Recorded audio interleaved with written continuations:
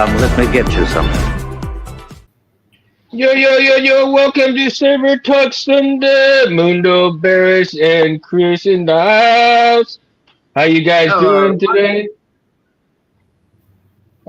Do we have a good week, or do we have a good week this week? Wasn't say too bad. Oh, Had awesome. had practice with the Saber Legion yesterday. I feel like I'm realizing that I have more of a strength in doing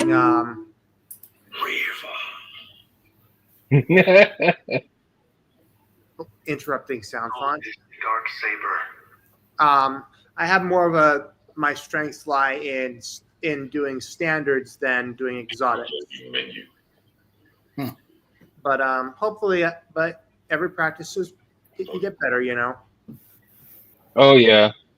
Now tonight I wanted to talk a little bit about boards. We're gonna get in. We're gonna get in depth about some boards. Not this show, but in future shows, we're going to get a little bit more in depth of things. I really haven't had a chance to, get myself acquainted more with capabilities of all the different boards and stuff.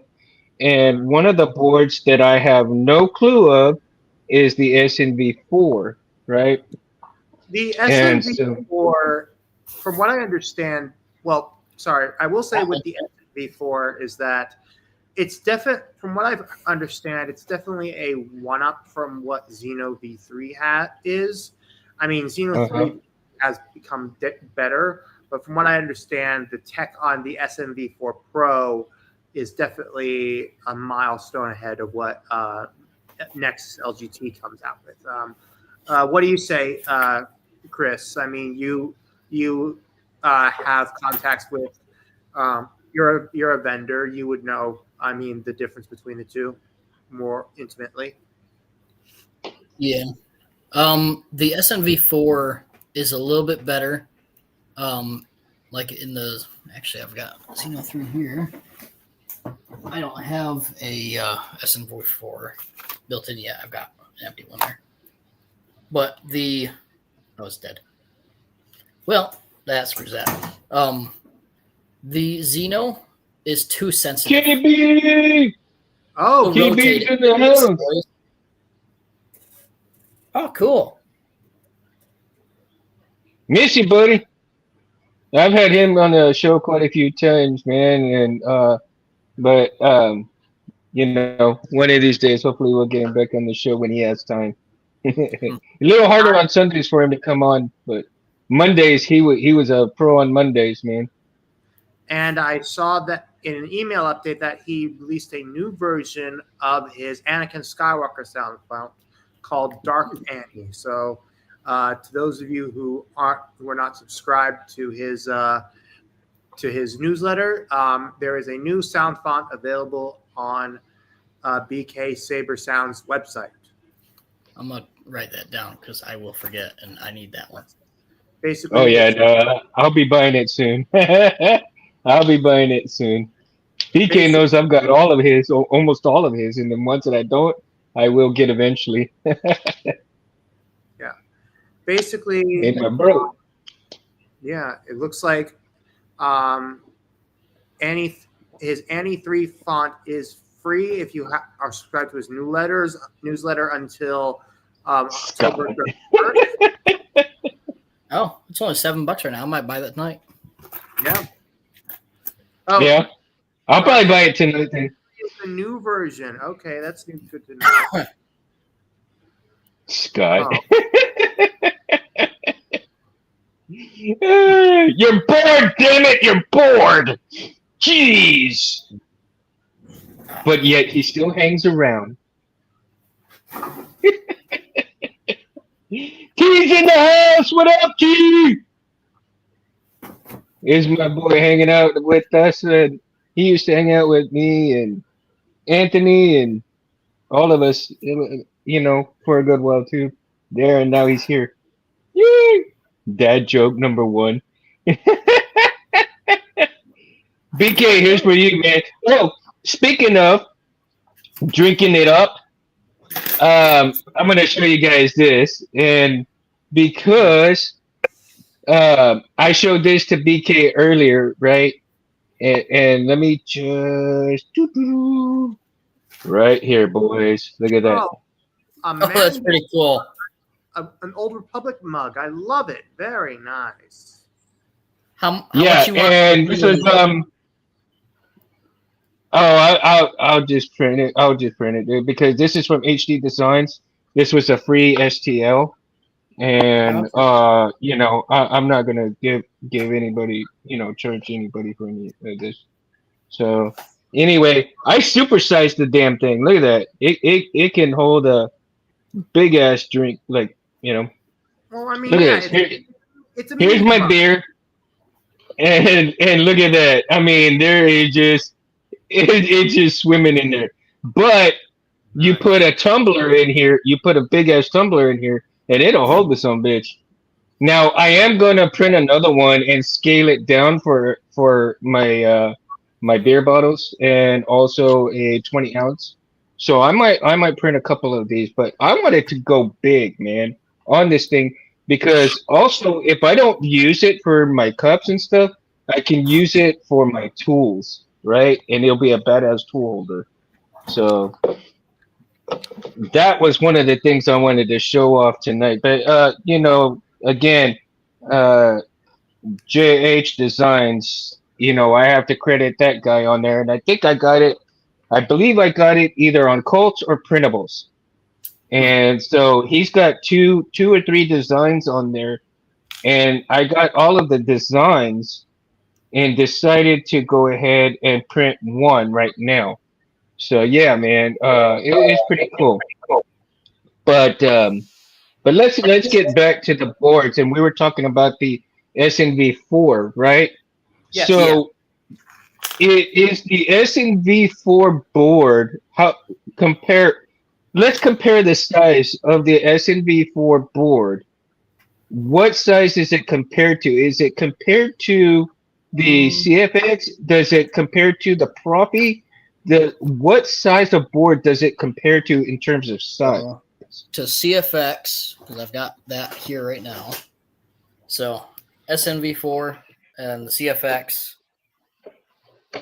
it's about half the length, but it's also about half the width. It's more comparable to the Golden Harvest V4, which is in my Vader. Because I mean, like right here, I've got the CFX right here, right? Yeah. So everybody knows what the CFX looks like. Vader is missing. Where'd he go? Beerstein, no, it's for that Beerstein. You're putting me. Can't find it. I've been trying to rearrange. Jim says it's close to the Golden Harvest V4. Okay, you know what? Hold on. I'm gonna get out of the picture for a minute, and I'm gonna grab my GH4 real quick out of my drawer, and let me see. Where the hell did I put that thing? I know it's in here. But I know you guys can still hear me, so it's all good. And then you can see the other two guys. I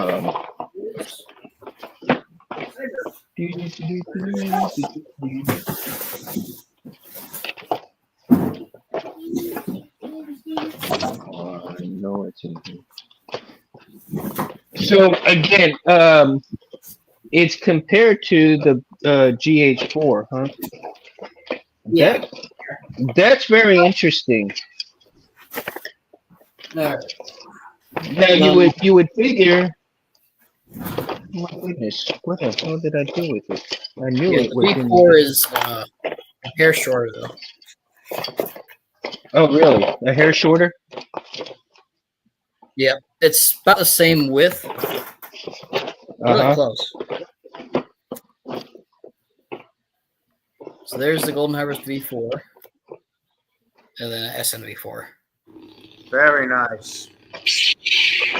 Okay, I yeah. still gotta Go ahead, get show them. the wiring diagram for it. So Yeah, sorry. I put my GH4 somewhere else. So Mundo, I was testing the newest. I was testing Kyber Phonics' Tales of the Empire Barris Offee font. Yes. I was able to properly code it to where I can do it dual phased. So Mhm. put it between the lightsabers she picked up when she was training with the Grand Inquisitor to the one that she wields as an Inquisitor. So Take a picture of this one. Get off there. Mm, Ooh, nice. that's pretty cool. I also did the same thing with Juan Sith's version of that same font. So I had to test it on Kyber Fonts to make sure it works. So now that I can use it with Juan Sith and transfer over, and it should all work out. Now, did when all of this very first started coming out with all these good boards, like the Crystal Focus boards came out from Urplector, and then we got you got the Nano Biscotti that came out previous, Nano Biscotti. Ooh, it's shut down now. Um, Nano Biscotti and CFX came pretty close together in terms of uh, really good quality, right? But see, the Crystal Yeah. Focus produced a lot more attributes than the Nano Biscotti because the Nano Biscotti you only had what 6 folders that you could put fonts on, or maybe three or four There's fonts something at a like that. time, I haven't really worked right? with Scotty yet. Well, Yeah, I haven't either. I never got the Nano Biscuit. I never did. I never did either. My first experience with the soundboard was actually the one that Ultra Sabers did, the Diamond, and that one was a bit of a it was a bit of a chore to put on with, I would say. And see, with the Nano Biscotti, though, you had to use a color extender in order to make sure that you had proper lighting, from what I understand. Like I said, there's that board I never really ended getting, so I don't know much about that particular board. And and to be honest with you guys, I really didn't uh think I was going to talk about boards today.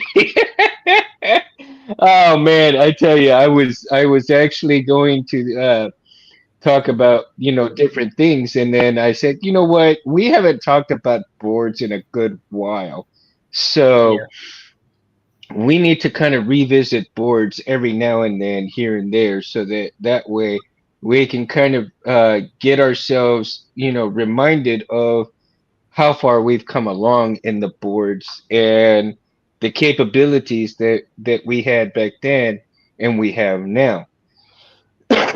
So yeah, man. Um, my brain was just all over the place. Plus, of course, I was too busy watching football games. But I do have a couple of manuals right here. So the manuals that I end up having with me right now is the CFX manual.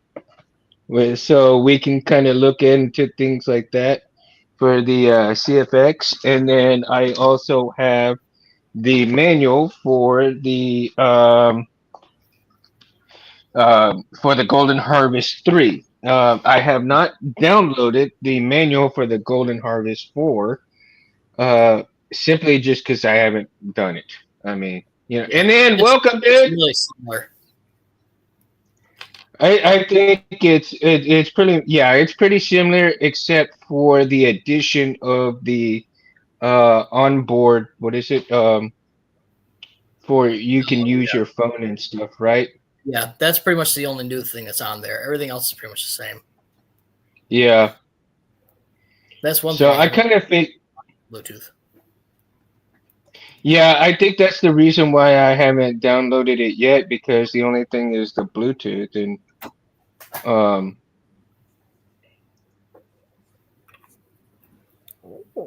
Verso is almost the exact size as the Golden Harvest. You know what? And I told Cal that I was going to end up getting two Verso boards, and I still haven't yet.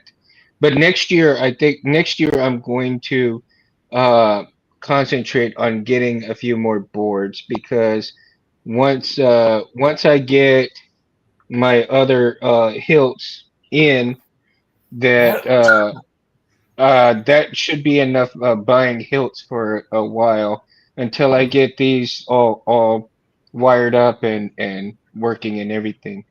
Because I do plan on selling one in the new. Well, actually, I think what I'm going to do is eventually sell this one, and get it after I get it all done, said and done, sell this one so that I can buy a couple of hilts from the TCSS so that I can start building those and selling those to get other hilts that I want to acquire for myself. So, and then you guys know, I do have to mention that my wife had bought me a KR Sabers Kiati Mundi, right? Let's see here. So, I got it in. It is the KR Sabers Kiati Mundi that my wife got me for $85. Oh, yeah. 85 bucks. Wait, let me see. I can't see And let me see the pommel. I can't see the pommel. The pommel yep, is the is there a pommel. pommel? I got I got the pommel off. Oh, My apologies. Let me put it on here right now. very nice. Yeah. And it's kind of weird though. I mean, it's kind of weird. I mean, there's so much room in here, but what I found is that with the way that things are, there has to be a channel when you do a chassis for it. There's gonna have to be a channel that goes for these because these two right here are buttons. You can utilize these two for buttons, right? And I've seen people use this one to light up. So I'd have to purchase a light to go in here so that it'll light up and figure out how to do that with a removable board. But if I don't put a removable board, that might be okay. And so I'll figure something out with that. As well as this piece lighting up as well. I see a lot of people lighting up this piece Yeah. right here. Hmm. Now, there are one also- thing There are also I some do people, know. Sorry. Hmm? No, Right, go there ahead. are also some people that if you have like the calculator button thing like you do on like the like on the Graflex or on a DV5 or DV4, you can put LEDs Yeah. under and light it up. That's also cool. Now, here's the weird thing about this hilt right here. You see that? Huh. Oh, Wait, is that? yeah. That doesn't come out. I think I might know what that. I'm not certain, but I'm pretty sure that is. Have you tried like loosening it, like rubbing your finger, like trying to like undo it? I've tried, but I don't think it comes out. I mean, I wonder if it You does. can always message If Cal. it does. You could always message KR Sabers. I'm sure they'd be willing to ask about it. Yeah. And if in fact it does not come out, My guess I'm is okay. I might be okay with it because I'm not going to drill into this. Well, would feed the wiring. drill out the hole. You could feed the wiring into it to where it would. Well, yes, but I don't see. That's the thing. I can, but I don't want to do that because what I'd like to do is, if possible, if this does not come out, I want to see if I can make an adapter that goes onto here that covers the threadings, but has similar threadings on it, right? So I can thread it back into the hilt but it has a part for the PCB, and Hmm. um, so yeah, I'm probably gonna have to talk to Cal about it. But more than likely, if not, what might also another idea for me to do would be to make a small adapter that goes right here. Just drill two small holes for some very small screws, and then make a PCB holder that screws into there, and so you'll have the PCB that's kind of sticks out right here, and then when I put it together, then it'll touch both PCBs together, the pins and the PCB to ignite everything together. So that's just one of the ways I'm thinking of doing that. But again, like you said, to go ahead and talk to Cal and see what he recommends. Because another thing would be to, if that doesn't come out, is to drill it big enough to inset a PCB holder. So that is just part of things. And but the Verso. Let's go back to the Verso board, right? The Verso was supposed to be is a beginner's board as well, and then through time, Cal has updated it to do more things. I guess as much as the Golden Harvest 3, right? Yeah. So I don't know how much of an update that he's done to the Versos at this point. Yeah, thanks, BK. um, Just in time. right, just in time. BK says he needed that. Yep. um, I feel you, dude. I feel you. And so, again, the Verso, I don't know how far along it's come because I haven't really kept up with it in terms of all the updates. Because how often do updates come onto the boards? Like updates on boards are what, like every 2 or 3 months, maybe? Yeah, I'm not sure. How, I haven't been following the updates as much. no? Okay. Barris, how often do you get Profi updates?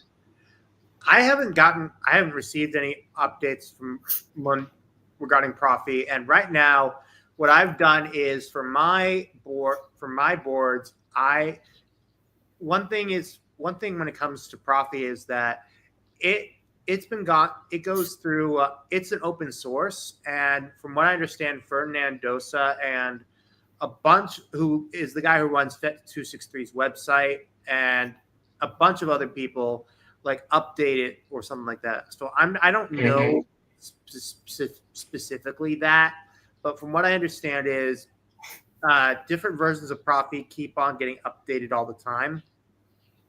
And Welcome, Carter. and from what I understand, if I'm looking at the library right now, load website, load. From what I understand, the website there's an early access to the Profi OS 8 library. Yeah, right now there's right now there's an early access, but that's only for. But I don't think we're getting anywhere near to where OS 8 is, from what I understand. Well, I mean, it does take time for any of the updates to have anything significant as well. Yeah. So if they're working on things significantly updated, then well, and again, of course, they got to take time for themselves, the family, and everything else on top of that, right?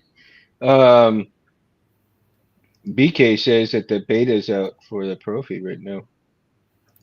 Well, I mean, So Profi has Okay, so there is a beta. All right.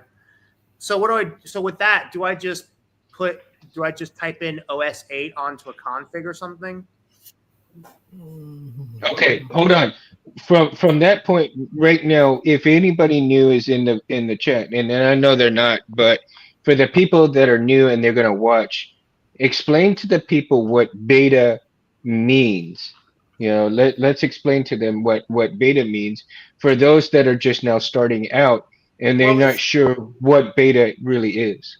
just like with any electronic product or a video game, for example, a beta is usually okay. Full OS 8 will be available February or March. Okay, I can wait. Basically, a beta is like in a video game or in a program, a software program, or any software program, is where basically it's an early test bed for that where the module is fully up, but there are still kinks and stuff to get ironed out. So basically, if you're like a platformer or a programmer, you can go in and you can program and help work out the kinks. That's why there are beta tests, like video game beta tests and stuff like that. And Mhm. developers will receive feedback from those that worked on that beta, and they would implement as many of those as many of them as possible. Yeah. And some betas come out and are a lot of fun.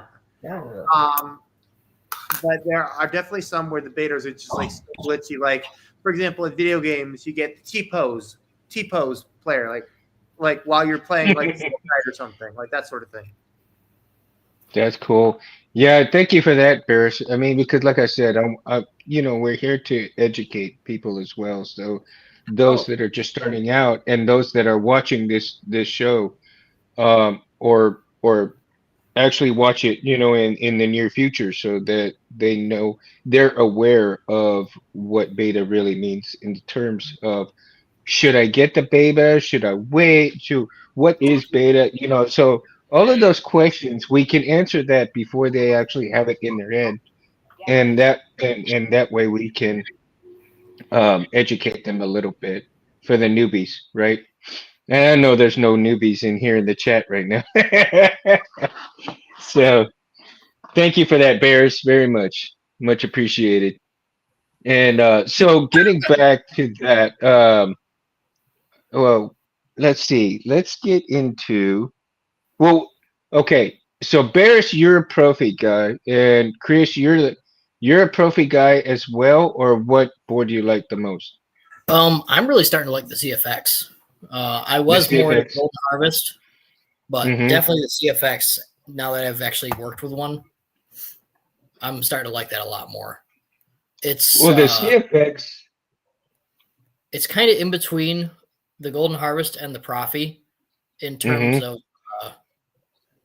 the way it handles, the way it sounds. It's really smooth. It still has some of the lagging swings like the Golden Harvest does. So not quite as the Profi, but it's still easier to use than the Profi. Right. Especially if you have the configurator on your laptop or computer. Yeah, and I like the ease of how you can load up your sound fonts on there. Oh, those are just drag and drop. But to get the blade effects, you have to use the configurator or mess with the config. Yeah, the blade effects. See, and I still haven't really done that. I haven't really messed with the blade effects too much, especially in the config. I downloaded trying to figure out how to get colors. Because when you download the blade effects, they have a standard color with that blade effect, and it wouldn't change on the configurator. So once I power that back up, I'm going to see if it'll change with the spectrum. Yeah, I think, and I think with certain sound fonts, I think the color should stand with that type of font, right? Yeah. Like in character, let's say Luke, he's either a green or a blue, right? Yeah. Now, whether you choose to have a different kind of blade style with that or a solid blade color, um, remains to be seen. But I think that the the, the blade style as well as the color should match the font. Yeah. But we'll talk more on that later on in another show. Um, Right. but in the configure, like you were saying, a lot of people would have to mess with that in the configurator and the Yeah. config in order to, because they can't just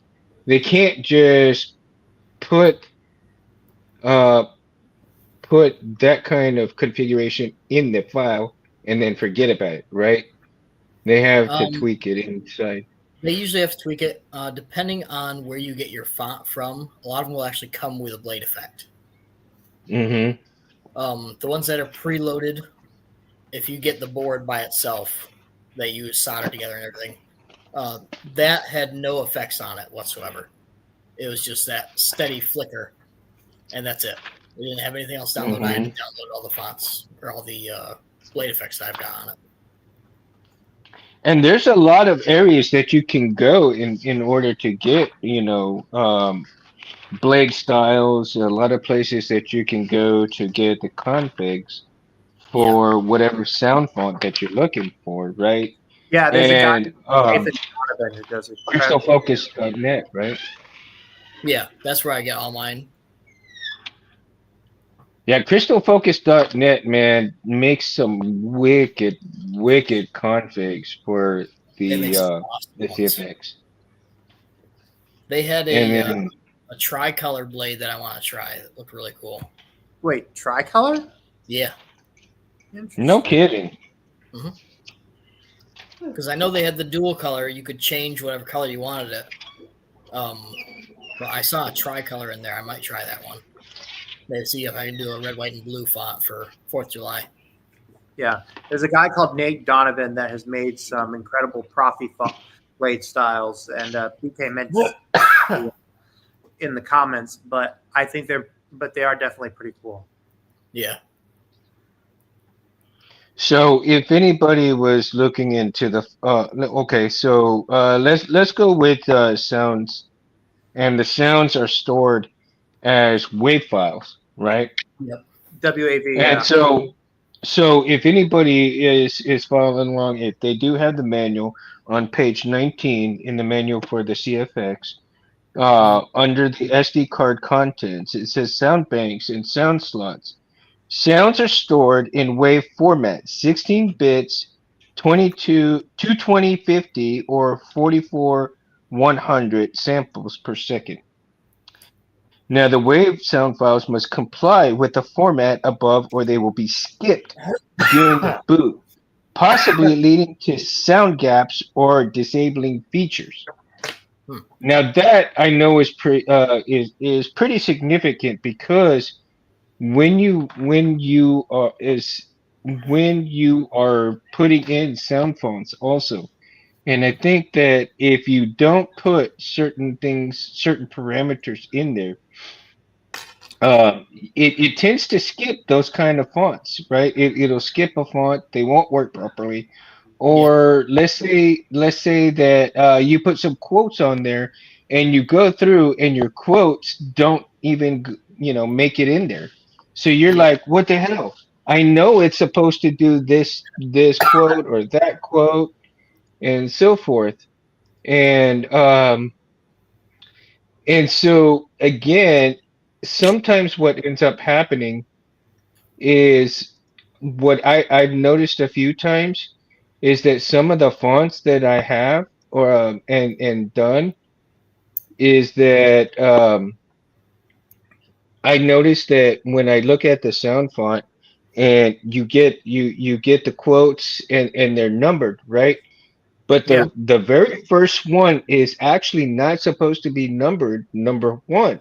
It's just actually supposed to be by itself without any numbers. I haven't had issues with that because I usually put quote 1, and I've not had issues with that. But that's on the Profi board, or is that on the CFX? CFX is a little bit different. Yeah. Each one is different. I will say though that but sometimes you have to make sure everything is correct. Otherwise, you're just going to get an error in font directory, directory, and it sucks. Yeah. Like having to go over it's. I heard. Yeah, the Profi's a little bitch sometimes, man. If you really don't pay attention to it, man, it's a pain in the ass. Yeah. And even and JAD and I were talking the other night too. So JAD's a real Profi guy, and every now and then he'll do a CFX. But man, I tell you, um, and then Rich Sangillo, he loves the Golden Harvest boards. That's his boards right there, man. And so and that the Golden Harvest boards are freaking awesome too. I have to admit, for the way that the board is situated and wired, the padding on there is significantly bigger um, and much easier than a CFX board, right? The wiring, because the the Golden Harvest board pads, I mean, it's just easy to soldier onto them and get in there and you're done. Whereas the CFX board, you have to take your time and uh, look and there is such a wonderful tutorial on the Custom Saber Shop for a CFX uh, soldering build, right? I forgot what the gentleman's name was. It wasn't Rob, but anyway, he was doing the video for the CFX wiring tutorial instead of Rob, because I think Rob was busy at that time, so he did it for Rob. And so anyhow, I was watching it last night, and the tutorial was awesome because the way he would explain a lot of things, and it's a good long tutorial in terms, and the way he wired the CFX was from the inside out, and it really looked good in how he wired it, because it was such a clean wiring job, right? And so in terms of how he did it from inside out, looked pretty damn easy and very uh oh shit, what are the words I'm trying to say? Organized. He was very organized in the way he did that. Oh, John from Collectors Outpost in the house. What up, John? Okay, so John, since we're talking about boards, what is your favorite board? Because I know that you really put SNV4s a lot on your show. But is that your preference board there, John? Is that going to hurt you, sir? Sorry, don't mind. Is that a Profi? Is that Profi or? It is. Basically, what happened was I forgot to add some fonts on, and I got font directory not found. So make sure you have all the fonts you need on your Saber.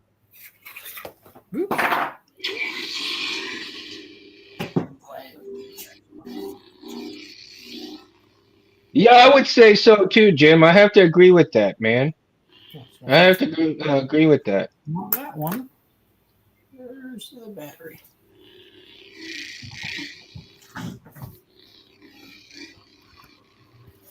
I have no battery. Where'd it go? Yeah. That one died on me. John, I gotta save up for one of John's hills too. Oh yeah. I want that shadow foil. I want that shadow foil that he has. Yeah, it's very nice. Yeah, I've been seeing a lot. I've been seeing a bunch of sabers that have been and I saw one recently. I think it was a Goth 3D design chassis for a shadow foil props Kenobi ANH, which was very beautiful.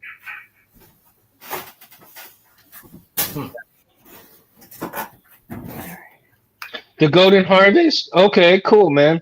Cool. Yeah, I think the Golden Harvest has come a long way from what it was, and now that it has the Bluetooth capabilities, it's that much better as well, right? But the Yeah. SNV fours, I mean, Sound menu. I see a great deal within the SNV fours, but like I said, John, earlier in the show, that I'm not very familiar with the board itself other than what you showed in your videos, right? Because I haven't taken the time to really Sound want menu. to know the board itself, and so this, like I said, this next year, I want to go ahead and concentrate on buying some more boards. Uh, can we turn the volume down on that, guys? Because Sorry. that's kind of interfering. Yeah. Um, They're the Golden Harvest, but the SNV fours appear to be a great board. But like I said, I really haven't taken the time to really learn that board because I really don't know if I want to deal with that board itself. Knowing the fact that I do like the Golden Harvest, I do like the CFX. Hey, Tim's in their house. What's up, Tim? Tearfon Orbital.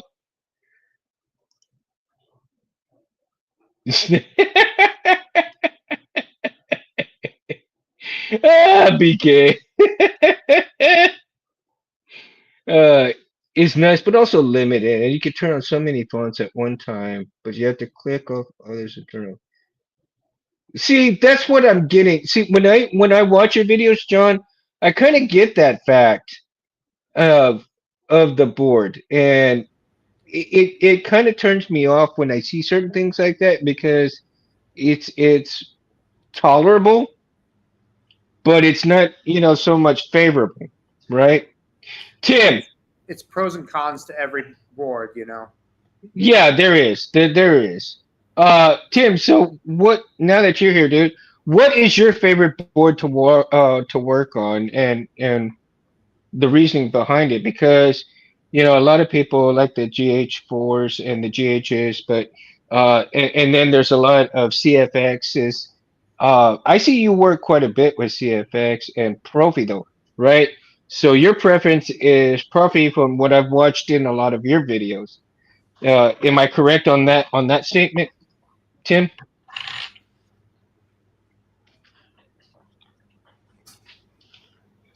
I'd rather the Xeno V3 over the SMB4. Oh, that's interesting, John. Really, That Xeno I over the matter. SMB4. He did say that the reason John says that it's a matter of the app being more open and being more Uh, powerful. I agree with him when it comes to that. There's only so much you can do with one app, and I think that ultimately they will get better, but it's just a matter of mhm. time in that regard.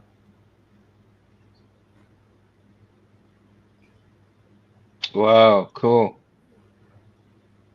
Do you think eventually that those two boards are going to ever come neck and neck, or do you think um that eventually one may phase out the other? I think personally, maybe they'll come neck and neck. I do think that there might be some occurrence where it wouldn't be uncommon for a third party developer to get a hold of both boards and possibly Mm-hmm. create a better one out of the two of them. But the problem with that is it couldn't be sold on open market because of all the copyright stuff. And I mean, it's not like China can sue the guy if he's all the way here in the US, but who knows, honestly. But it would be great to see. It would be great to see both of them reach a peak of that.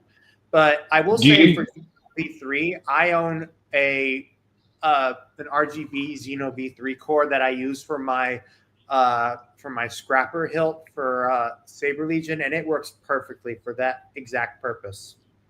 Mm-hmm.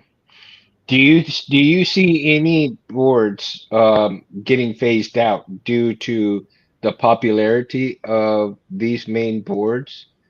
I Um, would say as, Nano Biscotte definitely is not as popular as far as between CFX, Golden Harvest, and Profi. Like I would say, besides Xeno and SNV4, which is the mainstream, Mhm. Golden Harvest, CFX, and Profi are like the big three in this regard. Yeah, do you also think, look, Chris, is for you as well as anybody in the chat. Do you think the ease of the sound fonts uh, going into the hilts and stuff, it is super easy right now. Do you think they're going to get any easier in terms of being able to put them onto the board, or do you foresee that it's just going to stay the way it is and stay constant that way? Um, Um, I see it getting a lot easier uh, with the way that Dimitri's going with the application for Profi. I mhm, think he's also adding a font configurator, so you can just pretty much drag and drop them onto the Saber, or not really drag and mhm. drop, but download just like you do with Xeno directly from your phone onto the board. Yeah, And then you'll I like the fact that you can just drop and drag. Drag and drop, right? yeah. I'm all backwards. Of course, my damn dyslexia is even in my voice. So anyhow, I'm all backwards.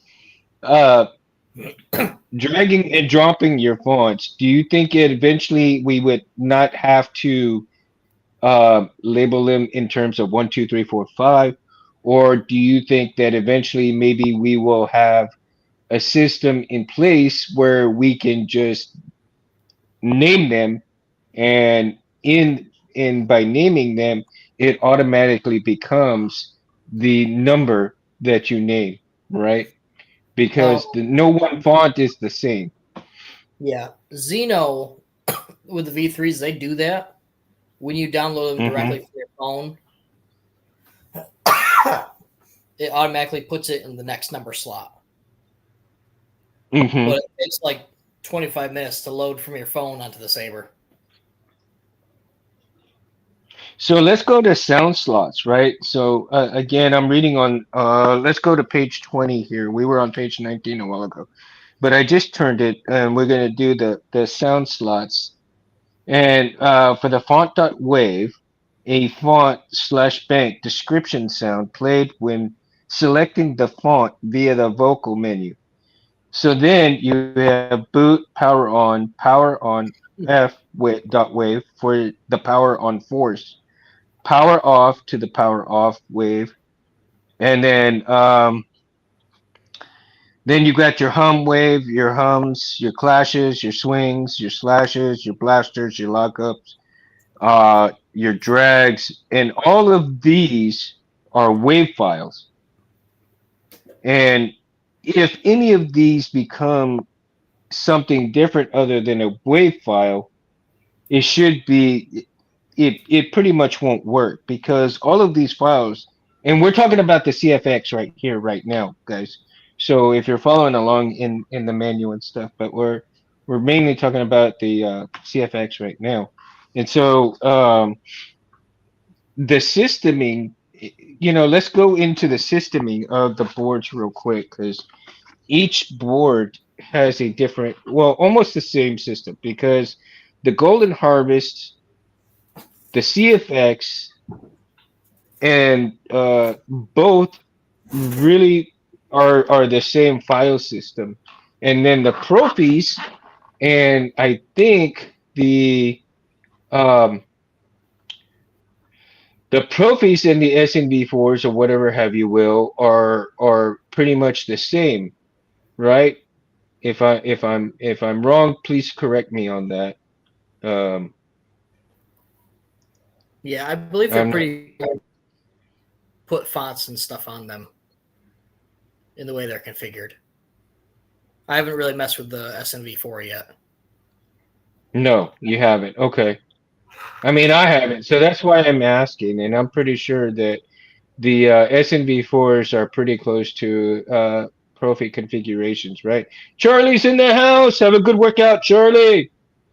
Um, and so again, the systems in most files are going to be .wav files, and anything besides that could potentially hinder your Saber from performing adequately, if that's a good analogy there, because otherwise it just in simple terms it just won't work. It just won't work.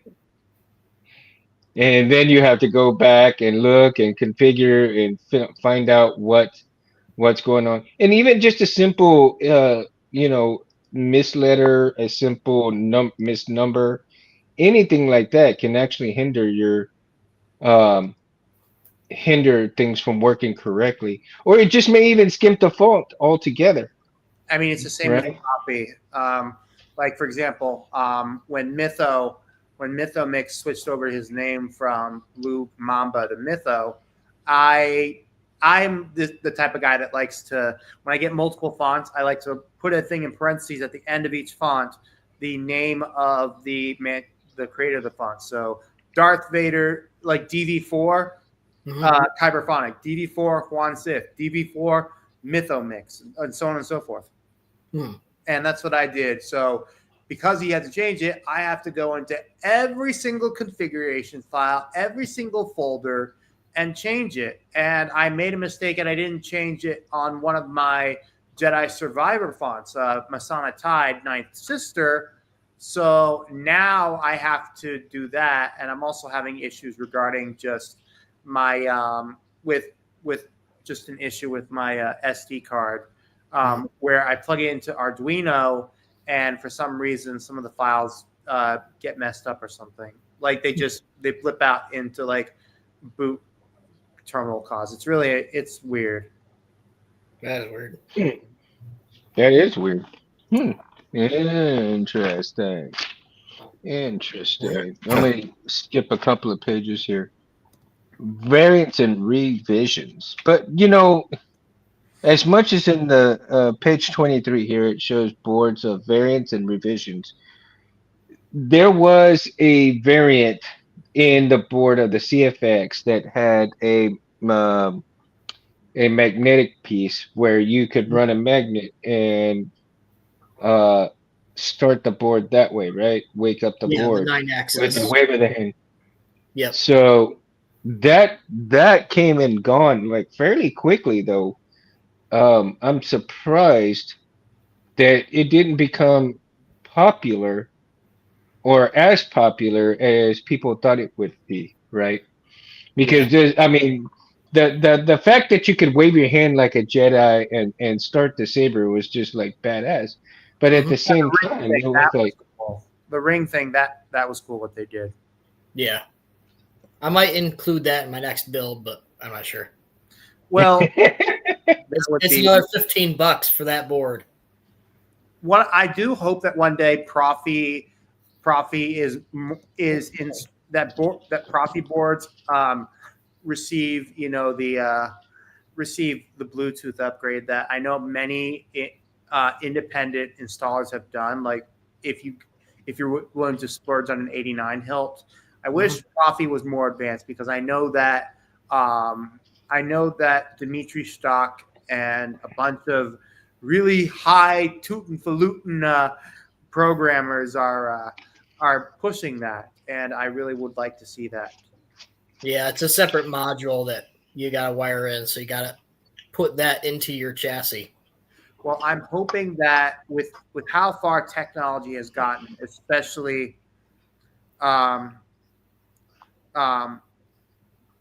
with how far technology has gotten, especially with it, I'm hoping that maybe a Bluetooth module can be installed onto the Profi board itself, just as they've done with Xeno and SNV4.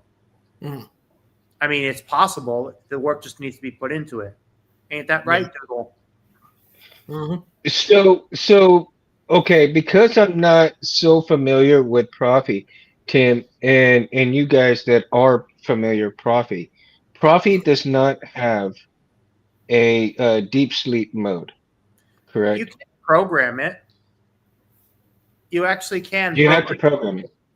Yeah, there's a thing called okay in the config. There is something called um, the sign is it's called def, hash hashtag define space idle off time idle underscore off underscore time underscore time 30 asterisk star 2 asterisk star 1000. God Basically, damn, that's a lot. basically what that does, it means you can be able to the middle number 2, that is how long it will go off into idles. How it'll turn off and go into sleep mode after so long. So, for example, mode Um, timeout, it would be 15. It's at number 15, so that means it would. If I left my Saber on for 15 minutes and then after 15 minutes nothing else happens, it would just turn off. mhm. But as far as deep sleep, that I think is something different as far as I know. But ultimately, the 2 minute marker is pretty good because I mean, if I'm around like in a public event, like plus people like to hear boot sounds. They're pretty cool. Yeah, Oh, I like to hear boot yeah. sounds. I Oh, do. Tim says um, it's not a true deep sleep mode. It still has a parasleep. Yeah. That is true. That's a fair point. But thankfully, the batteries the batteries that are done. Thankfully, I don't have my Saber out and about on and on for more than 6 or 7 hours, and even still, I'm still able to, it still holds a good charge that's over 65-70% for that time. Speaking of which, where did I put it? Right here. How I've only long charged does a battery actually It's last? still like 75%. Still, Damn. Yeah, I've only charged it once. I knew it. Wow. Wow. And what kind of battery? What size of battery is it? I think it's a 3600. Yeah, that one. 36. The one that he showed you is the one that I gave to Chris as a gift. It's Mhm. and it's signed by Roger Christian. So, Mhm. but Oh, that's awesome. it was weathered by Lucky Sabers to look more like the prop. I hope when my Obi-Wan ANH from TXQ comes in, I'm hoping to send it and have it look more like the Elm Tree Death Star prop, which either Sith Slayer did a version of. Yeah, but it's pretty cool. Let me look real quick and see. Yeah, me and Scott were talking about weathering earlier That's because I'm thinking about cool. weathering that Starkiller a little bit more and getting some rust on it because he was Mhm. asking questions about it on a couple of the Facebook groups. So me and him are kind of brainstorming with how to do that. Yeah, see, Well, this that's cool. that is Ooh. the Elm Tree I don't really- Death Star look. Okay. Yeah. Oh, wow. It's basically a combination look of what it would look like from the Tunisia Mhm. show. I would say that if it were done, it would be more of a combination between Elm's Tree and the general idea is for it to look with this next iteration to make it look more like a hybrid between. And here's the Tunisia style one. Let me get you a little up and closer here. There we Yeah. go. I mean, each prop that was used was definitely done in its own right, and I think the Mhm. weather may or may not have been intentional, depending on how it was. I mean, Right. I don't remember if I asked that of Roger Christian specifically, but I think a combination of all the different weatherings for the Kenobi definitely would give it not only character but also show how like unique it is of a prop. And the one that I just showed is actually a Roman props Mark One. So Now, correct me if I'm wrong, but the CFX you do have to buy and wire up a separate Bluetooth module, right? Correct? Yes, you do. Still at this point. Yep. Would you guys also in the chat like to see a CFX have the Bluetooth module embedded into the board itself? That would be pretty cool. I think that would be awesome, man, because you wouldn't have. Go ahead, Chris. Oh, I was gonna say it's not that hard because the Bluetooth modules are really small. Like they've got it built into the Xenos. They've got it built into the new the Golden Harvest V4.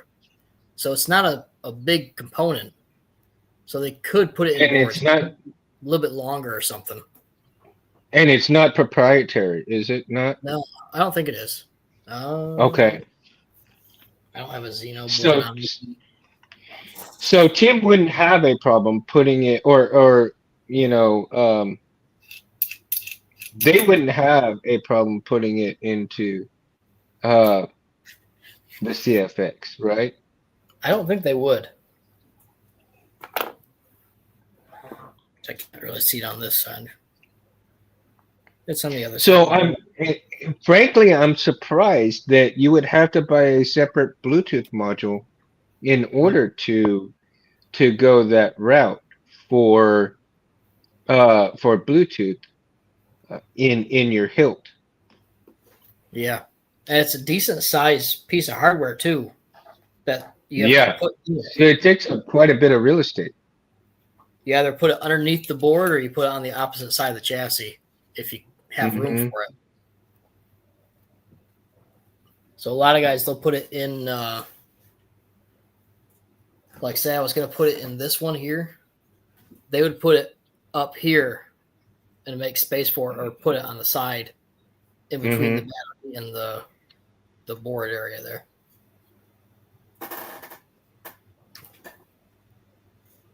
Because in doing so, that would open up a lot of real estate on the chassis actually, to put actually more Greeblies if somebody decided to have more Greeblies onto the board itself, right? And also to incorporate a crystal chamber that that a Bluetooth module would take up that room.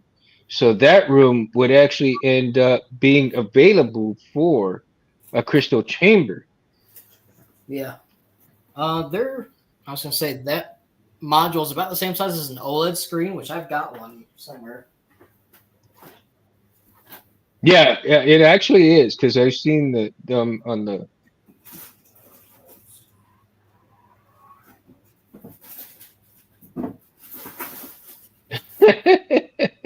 Mo, what up, Mo? What's your preference, Mo?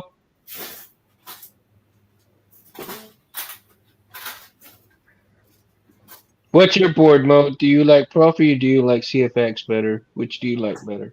I will say, let me just say that with Profi, I very much do like how there's so much more versatility when it comes to blade styles. Like, for example, I don't think I would have ever known the Kyber corruption thing from the Acolyte series could have ever been made into a blade. If it wasn't for Profi, I would have never been able to do that. Well, one of the facts that I do like about the differences in boards is, like you said, that every board has something else to offer, right? Now, eventually, I think eventually a lot of the boards are going to have some of the same features and everything. But when it comes down to it, later on down the road, the popularity of certain boards and pricing of certain boards is going to determine the not only the availability of boards, but the abundancy of boards in terms of popularity, right? So let's say CFX right now, you're paying about $100 for the board, basically, Yep. because $89 plus shipping, you know, gets you about $100 for the board. And then whereas the Golden Harvest board is half of that. And so, with the people who are or have the least amount of funds can either save up their money and buy the CFX and you can buy one CFX, or for the price of the CFX, you can buy two Golden Harvest. So depending on how you want to look at things, and I don't know, and then the Profis are even a little bit cheaper than that, correct? They're like about 30 or $40, right? Yeah, I get For the mine for about Profis? 25 bucks a piece. Oh shit. God damn. For that, I can buy like four boards, man, and not worry about it. Jesus. Yeah. If you want some, just let me know. Yeah, well, I need to learn them. I do need Yeah. to learn them. I have a Profi 1.5, and I Mhm. need to learn. I need to actually learn how to wire it up and work on it, and just learn. Get I'm my head out of my ass and learn it. I I'm need hoping to. that Coffee 3.9 There's an becomes. OLED there. That's the Yeah. same size as the other parts there. I'm hoping that Wow. Coffee 3.9 soon becomes the industry standard because it has more memory. You're able to hold so many fonts on it. I mean, and also as well as different blade styles. Like hell, my DV5 has a Profi 3.9, and I have like over 20, 25 fonts, I think, and it only takes up about 60% of the memory bank. Yeah, but you can do the same thing with the And, CFX because I can buy and I that's can buy an SD card, 125 gigs, right? And still have that same capacity. So I mean, but the comparison in terms of that is similar, but the Profi offers a lot of different. Like, how did they describe it? They described it as a CFX. You're buying a car and you get whatever features comes with it. Whereas a Profi, you're buying a car, but you can customize the shit out of it any way you want to, right? Is that fair? Yep. Is that fair enough? It's like buying a Honda Accord or Civic. You can put so much into it. Like there's no end to the possibilities.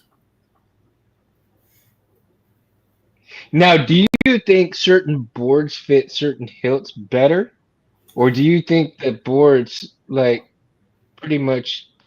I mean, any hilt will have any board, but is there specific boards that actually fit better in different hilts? The CFX definitely fits better in the Graflex or Graflex Lite Hmm. because it's so wide. I Hmm. mean, Oh, I like it's that. That's nice. it is nice. I do like it, but it's a very wide board, so you can't really fit it in the smaller spaces. Hmm. We're still working on a chassis to put a CFX in a smaller hilt, like a TXQ or not Hmm. TXQ, it's, Nexus. That's a Chiari Mundi Nexus. oh, Yep, is that that's the Aranikin. the Arenakin? Yeah, Well, the Renikin, but it's the same. It's pretty much it's it's very Chiari similar. Mundi. Um, Yeah. I'm still trying to work on a chassis for that because I'll be putting the CFX if I can fit it in those Master Sword hilts, and those are only Yeah, 1 inner diameter. I don't see things getting too much smaller. Um, at this point in time, really, honestly. But I don't see him getting any bigger either. No, Now, if anything, they would have to make some boards a little bit longer for certain things, right? yep. Um, Would you like to? Would you guys like to see like spots on the boards themselves for blinkies to be incorporated in there? I mean, there already is, I right? think it all depends But on where they're going to go. Yeah. but if you're having like a long board, let's say a long board, but instead of putting the S&D LEDs in there, Mhm. like you would have like maybe 35 area on the board itself for the strip of those LEDs, the 3535s, Mhm. right?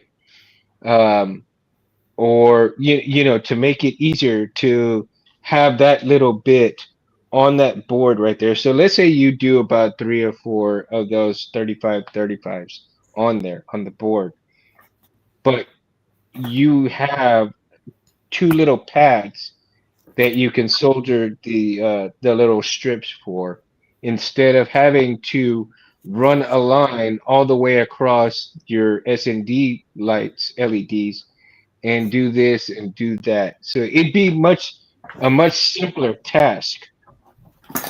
Or maybe they maybe provide a strip of the S&D already soldered to a little strip and you put it on the board itself, right? Yeah.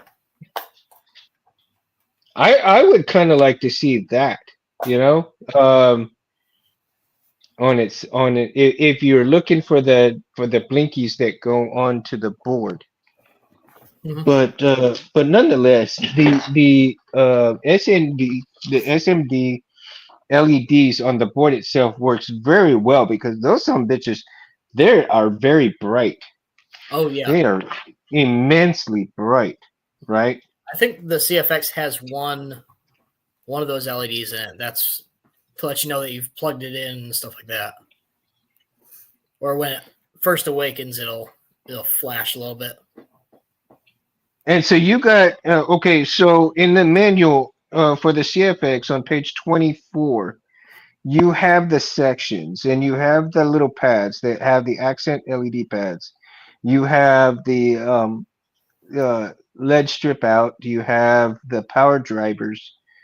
Um, you do have the onboard LED drivers pads, and then you have your V 3.3 volts pads, your grounds.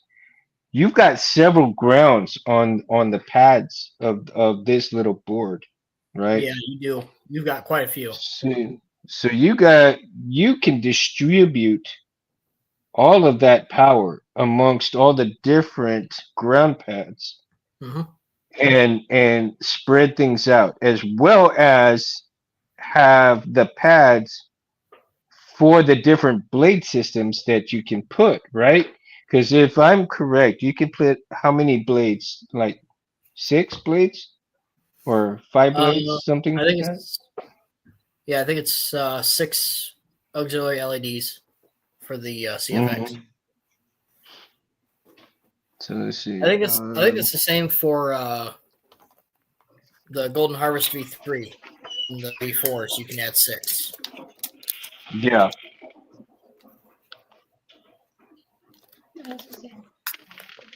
Mm. You just come in. So again with the pads though, um, there's so much that you can do in terms of how you want to wire things up, and especially for your auxiliary LEDs.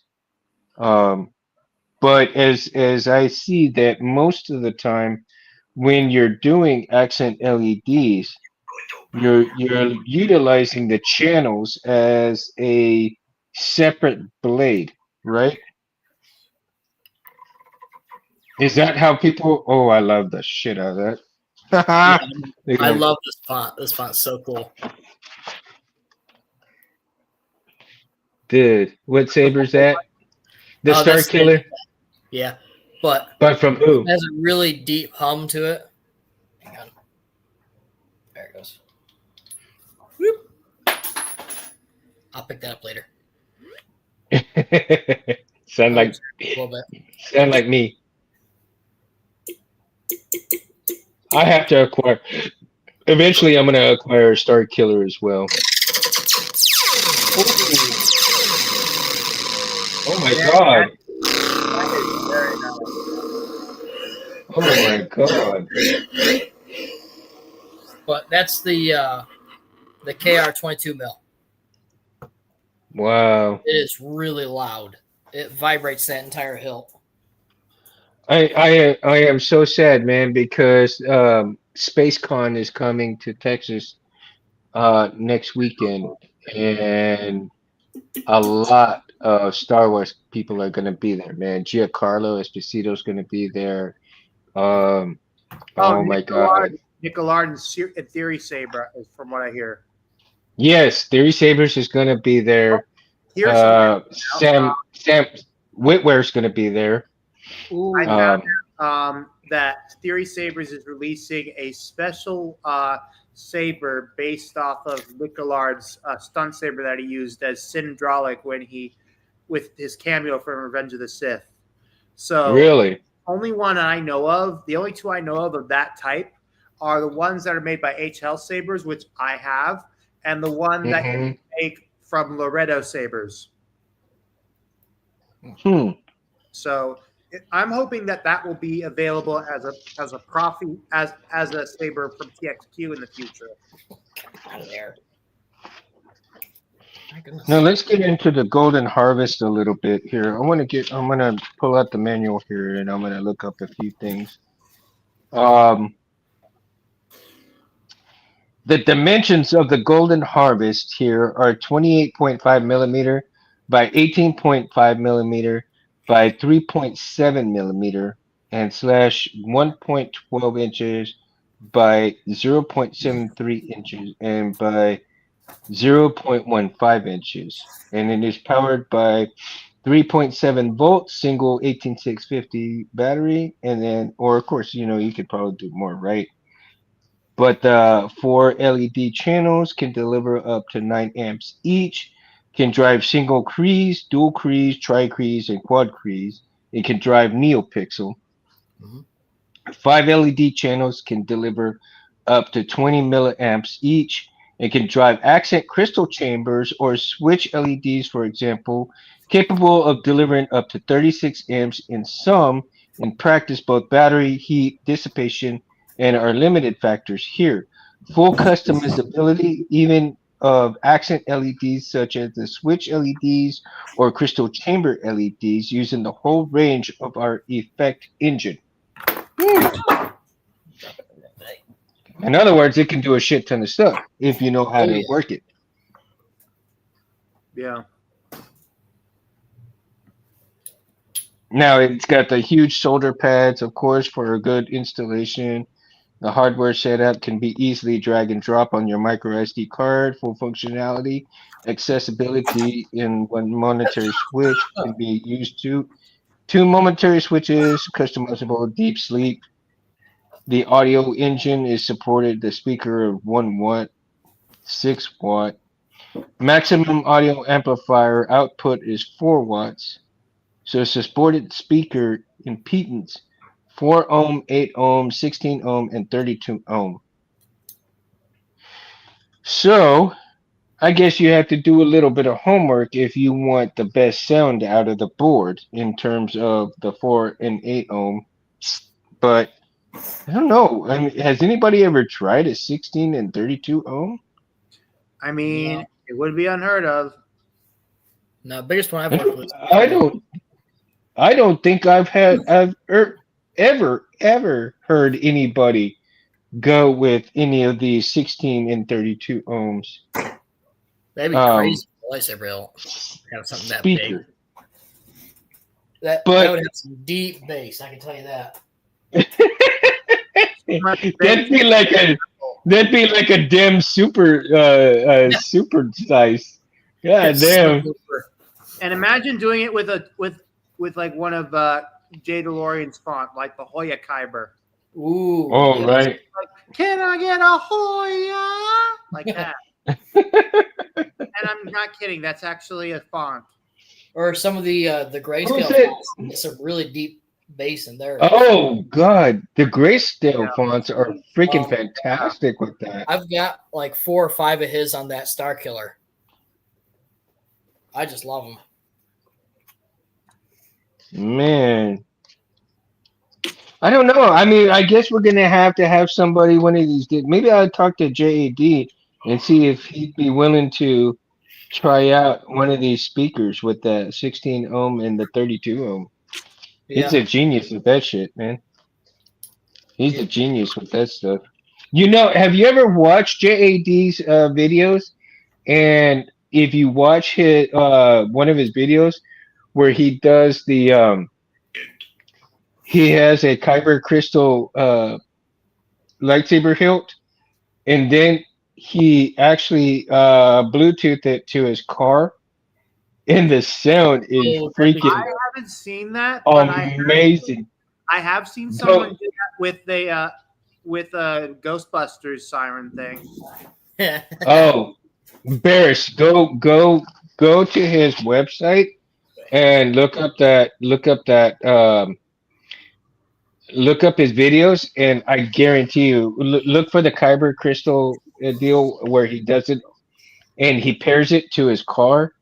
And Jesus, man, that is just unbelievable. The sound on that thing is crazy, dude. Yeah. Crazy. Definitely crazy. So, let's talk a little bit. Let's talk a little bit in terms of the Intel LEDs with these boards. Okay. So, I would, I mean, everybody wants the NeoPixels for say in all of these boards, but the only popularity that now that Intel LEDs have is if you're going to go after and do some dueling quite a bit of dueling, right? Well, the good news is with NeoPixel blades, they are getting a lot better. Oh They're yeah. a lot better in durability. The TXQ blades, they're actually pretty decent now. Yeah. They're a little bit thicker now. They're a lot more sturdy. And I definitely want to someday pick up a KR Battle Blade, which thankfully TSS has those available.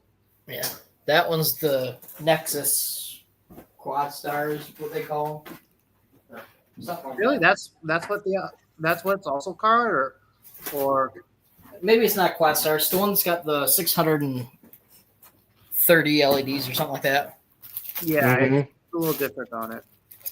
And then here's the TXQ. It's my last one.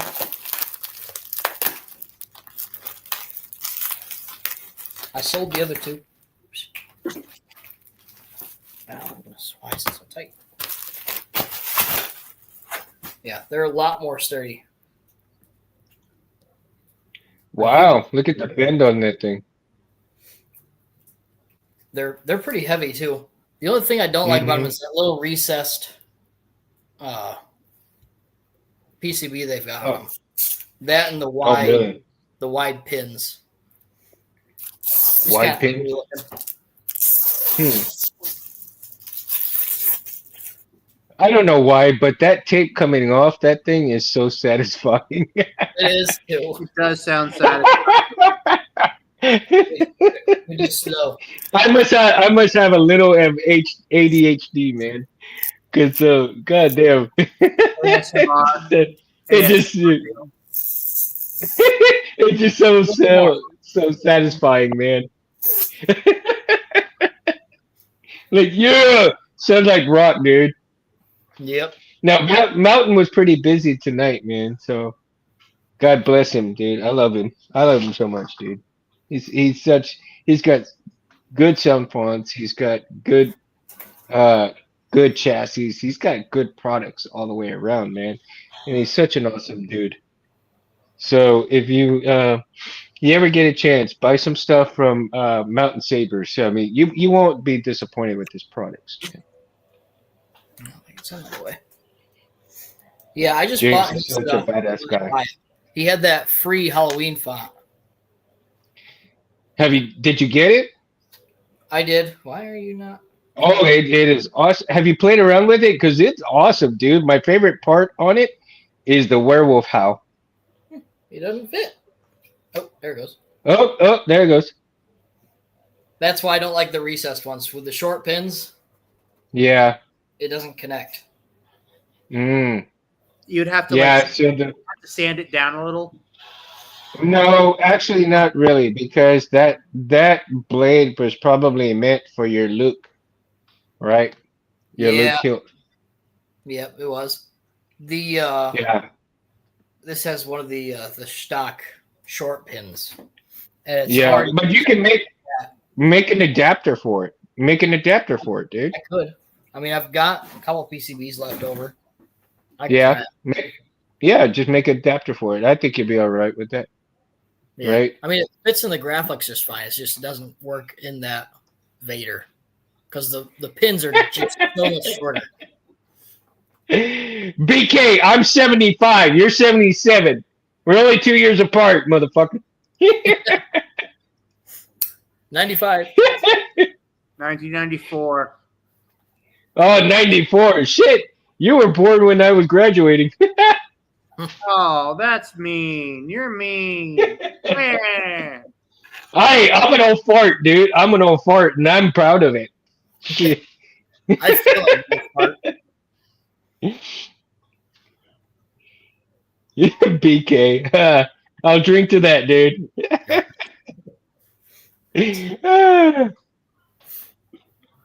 Barris, shut up. You know I love you. I know. We wouldn't be having this much fun if I didn't. Mm. So I gotta see if I can get some pictures of it. But my old manager from Walmart, he actually built a full vintage Graflex Exactra and everything. Very nice. It probably cost him about What? $4,000. Four. Damn. Oh yeah. What, And this was what did he use a Gothic? Did he use a Gothic chassis or what? it's completely static. What? Still has the bulb assembly and everything in it. Goddamn! For that amount of money, I wouldn't have a static shit. I told him, I said, I will install it for free just because it needs to have something in it. But Man. he likes his props. He's also a Doctor Who fan, so he's got a couple screwdrivers too. Oh, thank you, Chris, for reminding me, man. And I forgot to mention, and I told him that I would mention his name on the show. For the Chianti Mundi that my wife bought me, Dr. John Kaufman is the one that she bought the saber from. And so John Kaufman, if you watch this video, thank you very much, man. I appreciate it, dude. And so I told him I'd mention his name on the show for selling the Chianti Mundi to me and my wife. But, my wife's the one that got it. I got to give her the prop for it. Oh yeah. Because without her, I wouldn't have had the money for it. Yep. And then, of course, I got to... Oh, let's see here. Your hilt should be here, I think, Thursday from Jawas. Okay. Let's That's the Toranaga, right? Yeah. That thing's Yeah. beautiful. Oh my God, I can't wait to get it. But like I said, butt stuff. That's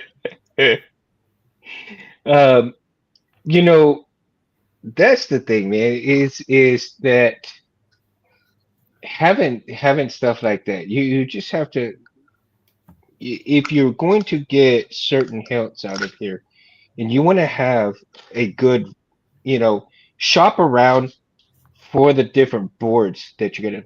I have no idea what board I'm gonna put in that hilt, dude. I really don't. I'm thinking, it's either gonna be a CFX or a Golden Harvest. So I don't know yet.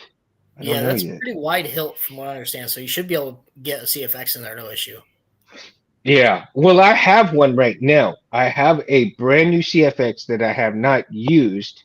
Mhm. and because I have I'm going to put it in the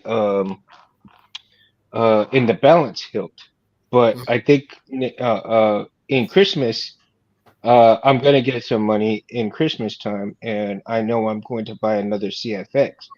Now, I did get a STL from Rich Sangillo also, right? And Rich is pretty busy, so I know that's why he didn't come on tonight's show, because he's super busy. But man, um, he sent me a new I got a new STL from him, I think for uh a chassis, and check this one out. I Doo-doo-doo-doo-doo. do like the design too. It's Oh, simple, but it's nice. yeah, it's like super, and this is for the GH4, Yeah. right? Are you gonna do anything with that chassis, like paint it or anything, or just gonna leave it that color? No, I think I'm gonna put gold rub and buff on it a little bit. I'm not gonna do too much with it. I'm Yeah. not gonna do too much. I don't want to do too much with it, but just enough to really have it. Ooh, that's too big. um, just enough to kind of put some accents in there and not leave it too plain. But it also has that little bit of room for a crystal chamber right there. And Oh, I've got a small enough crystal, quartz hmm. crystal to fit in there. And if I have to shape it and shave it down, I'm going to, right? I just got an order of quartz crystals. They should be here probably That's next week rough. sometime. I'll Hmm. probably have 10 or 12 of them. So if you want one, just let me know. Oh, I've got a whole bag full right now. Oh, But okay. yeah, if I do need some, dude, I'll get a hold of you. I'll let you know for sure. Alrighty. Right? For sure, man. Yeah, because Now, that one was like, let's get the evolution of the boards. Let's get into that topic a little bit here on the evolution. So we started with a crystal focus, but the crystal focus went all the way up to 10. And we had crystal focus, what I guess in the early days it was probably what, the 3, the 4, somewhere in there. And yeah, then from the 4, because the nano biscuit actually turned was actually updated to the crystal focus mhm. eventually, and then even though the nano biscuit stayed the same, you had the crystal focus that went up from 4 on a way all the way up to the 10. With each iteration came new technology. So the new technology became new parts of those boards, and then different features ended up, and then you had all these different boards coming out as well, right? And I mean, and then the golden harvest boards were born to bring a little bit of competition to the CFX and the crystal focus boards. Then from the nano biscuit to the crystal focus and Scott's boards, right, which were the igniter boards. The igniter boards were hell of a badass board from what and I still have mine from Scott, who did the igniter boards. He ended up getting sick. Crystal shard, right? Oh, okay, Jim, the crystal shard. Oh, yeah, I But remember the shard boards. um, but the igniter series of boards that Scott ended up coming out with was a really good board for what he really did. I mean, it was innovative every time he did something new to that board. It was in comparison to everything else around, and you really had such um a great run of the different boards. So the competition kept the boards at a decent pricing point at that point in time, because with the CFX boards, you were paying literally 60 bucks for the top of the line board. But Scott offered his boards, I think for like 30, 38, 40 bucks, somewhere around there. That's not Even though they were long boards, even though they were long boards, the amount of technology that he put into it and in the amount of stuff that you see that you could get, um, all the different stuff that you could do with those boards is crazy, man. And then when he got sick, he had to take off his boards off the market. I was actually fortunate enough right before he took them off the market, I was actually able to purchase one. Like as soon as I purchased one, they were like within hours they were off the market. That was crazy. yeah. So as a matter of fact, hold on, guys, just give me 1 second here. Where did I do with what did I do? Okay. I'm going to show you guys.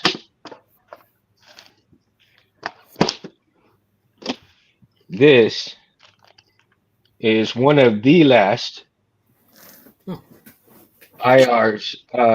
IR boards. Oh Very wow. That's IR pretty sweet. IR3. This is one of the last boards right before he took them off the shelves.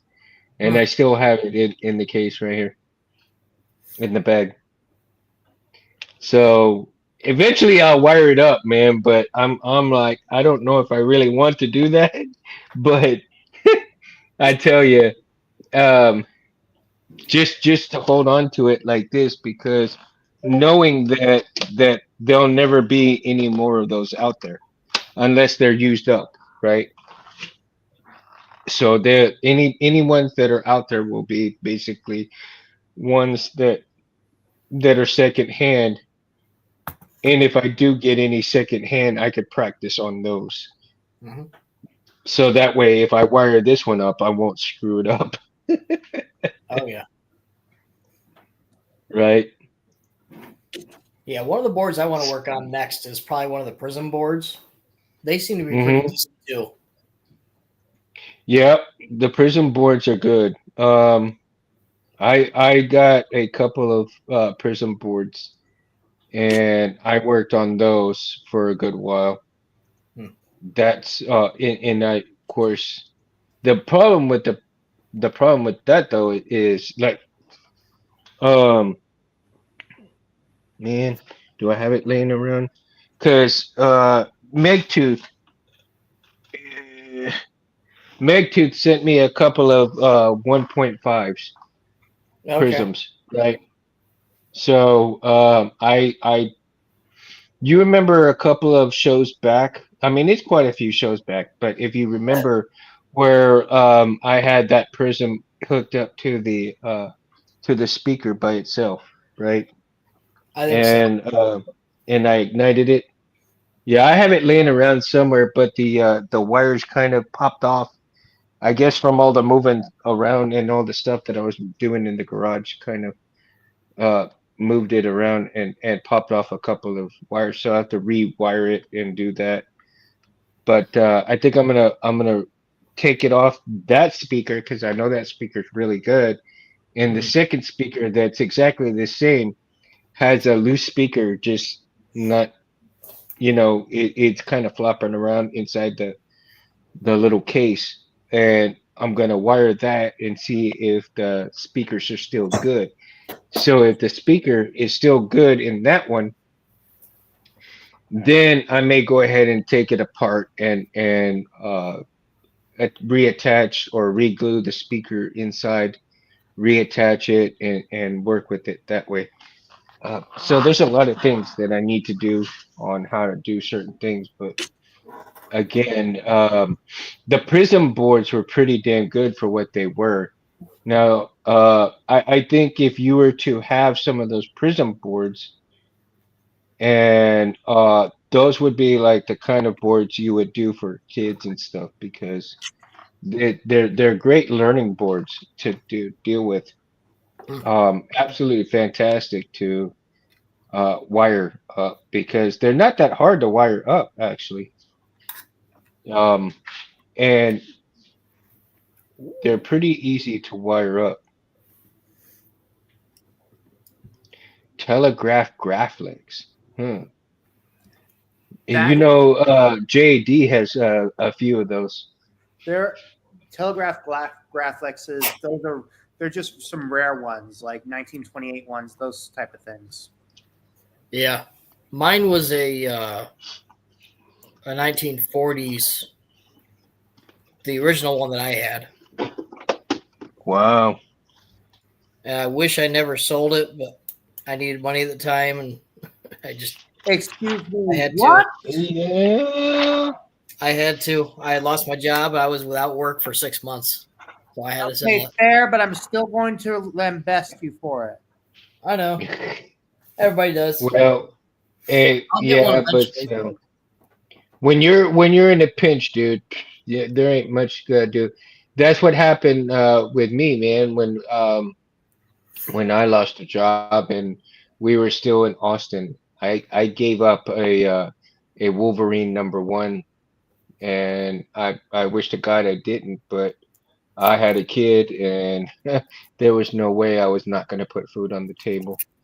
And I know I lost money on that deal, but my kids come first, and I'd rather feed my kids than myself. So I'm very big into Wolverine, dude. And so I can't wait to put the uh, One Sith Wolverine font on the saber. Oh, As a nice. matter of fact, if I have time this week, if I have time this week, I might put it on the Warlock. Right now, my Warlock is out of my sight right now because I just moving everything around and I don't have it near me, so I won't be able to light it up right now. Yeah, But my project is getting everything switched back over to the new chassis, but which was yeah, which was um, really cool of him doing that for me. Just send me a new chassis, no questions asked. Just says, "Okay, we'll send you a new one." there you go. That's awesome, dude. When you can have stuff like that, that's pretty awesome.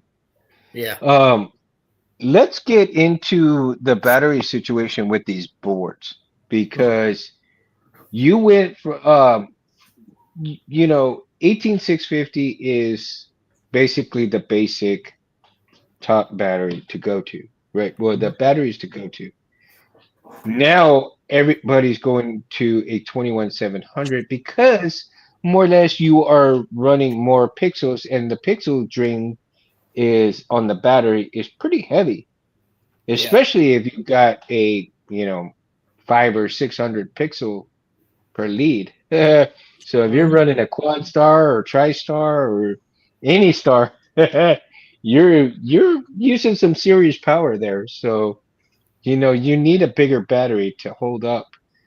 And the boards themselves are rated for a specific amount of amps, excuse me. And the amperage, and of course you need that high drain battery for maximum capacity, maximum power, maximum lighting, maximum everything in terms of what the board can really push out, right? But if you use so much of a certain thing and it doesn't come across, I guess within certain parameters, you can really fry the board. And especially if somebody is not paying attention and they turn and switch the polarities. Thank God that Stock is working, has worked on that and has made that little component where that kind of helps in case that happens, Mhm. that you actually save your board from being fried, right? And so the technology that has come in terms of saving your board has been immense. And all of these pioneers that come and they tweak things here and there is just, I mean, mind blowing from the things that stock can do, and the board makers what they can do, what they add to these things. It's just mind blowing. Um, Now, Barris, what would you like to see in terms of future technology for the boards? You too, Chris. What would you guys like to see in future the boards in terms do you would you like how would a board be considered upgraded in what terms? What would be a good upgrade for a board if these board makers are listening to tonight's show? What would you ask for? Um, I would definitely like to see more Bluetooth capabilities, especially with the new apps that are coming out. Same with Be able to Mhm. change things with ease from your phone or from your laptop. To be able to add fonts easily. So for the people that don't know how to use the computers as well, it Mhm. just makes it so much easier. And if you don't want to learn all the gesture controls and all that stuff, you just go right to your phone and just, oh, I want to change it to blue. Done. Or, oh, I want to change it to this font. Scroll. Done. I It just agree. makes it easier for the new people that are coming out that are just Mhm. into the hobby. I agree. I would also say the Bluetooth capabilities, especially. Yeah, the Bluetooth capabilities. Okay. Now, would you like to see the Bluetooth capabilities get do away with the bigger components and put it on the board, or Yeah, keep it the way it definitely. is, or keep it the way it is? I'd keep. I'd probably put it on the board. It just makes it a lot simpler, a lot easier for Mm-hmm. the installs, a lot less room, and you can add, like you were saying before, add more Mm-hmm. greeblies, add more LEDs. Just you'd have more space in your chassis to do whatever you want. Now, do you think sometimes maybe less is more as well? Like maybe some more prominent blinkies, but not as many blinkies. Yeah, I mean, Uh, I've always liked having like one or two if I can. mm-hmm. Just something like I love the breathing kyber crystals. That is so Mm-hmm. cool. That's one thing I want to add to my next Star Killer that I do. I'll be doing an 89 probably January, Now, February. you guys are familiar with Make to Sit, right? I'm not. No. No? Okay. Well, since you guys are profis, guys, go to MegTooth, his site, his website. You guys Oh, got homework. Megtooth. Yeah, I Yeah. haven't been on his website in a while, but yeah. Okay. So go to his website, and he does a lot of tutorials on profis. So including myself, I'm gonna have to go back to his channel and watch uh, quite a few of those videos, and then I have the pleasure of being able to text him and ask him questions when I'm ready to do the profis and stuff. And so he does a lot of great wiring and tutorials and stuff for the Profi, because that's what he was proficient in, right? Very knowledgeable about a lot of things, and he also helped me that in terms of the SMD LEDs on the IR, how to do those and stuff like that. He put a video out for those, and those I'm gonna have to go visit that video again, so that when I wire up this IR3, I won't screw that up. And so again, he is so proficient in the profis, though, that you can really learn a lot from Meg Tooth's videos, and you really see how proficient he really is. And then he also does, blades and a few other things and stuff like that. He's also wired up different hilts and so forth, and so you can really learn a lot if anybody is interested in learning how to do profi boards. I highly recommend going to Megtooth's channel and learning from him in terms of wiring things and setting certain things up and so forth. As well as you can go to the FET263's library and download the library and just download it and insert it into your board.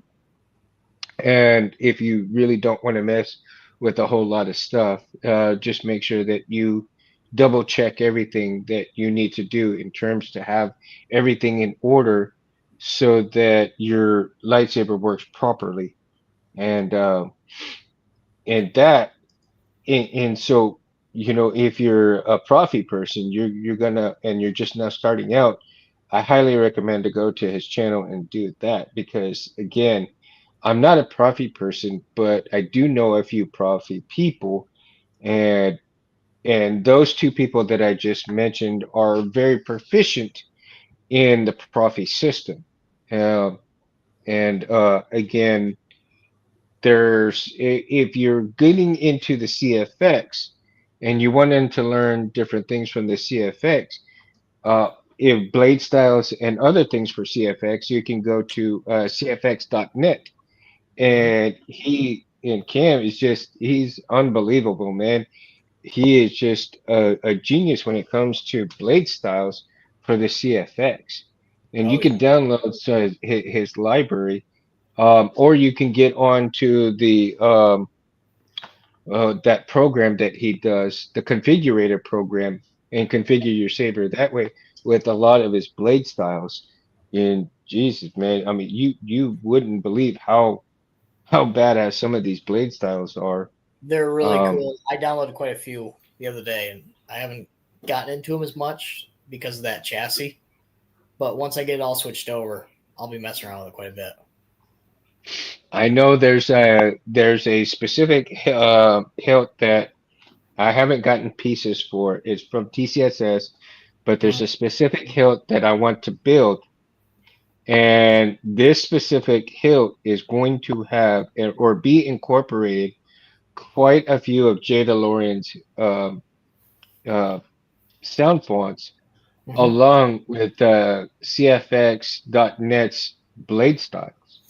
Mm-hmm. And so, and one of the things that I absolutely want to put on that thing is the Excalibur font. So if you're not familiar with Jay DeLorean, Oh yeah, hi- yeah. That'll his be good. his uh his uh his Excalibur font is just unbelievable.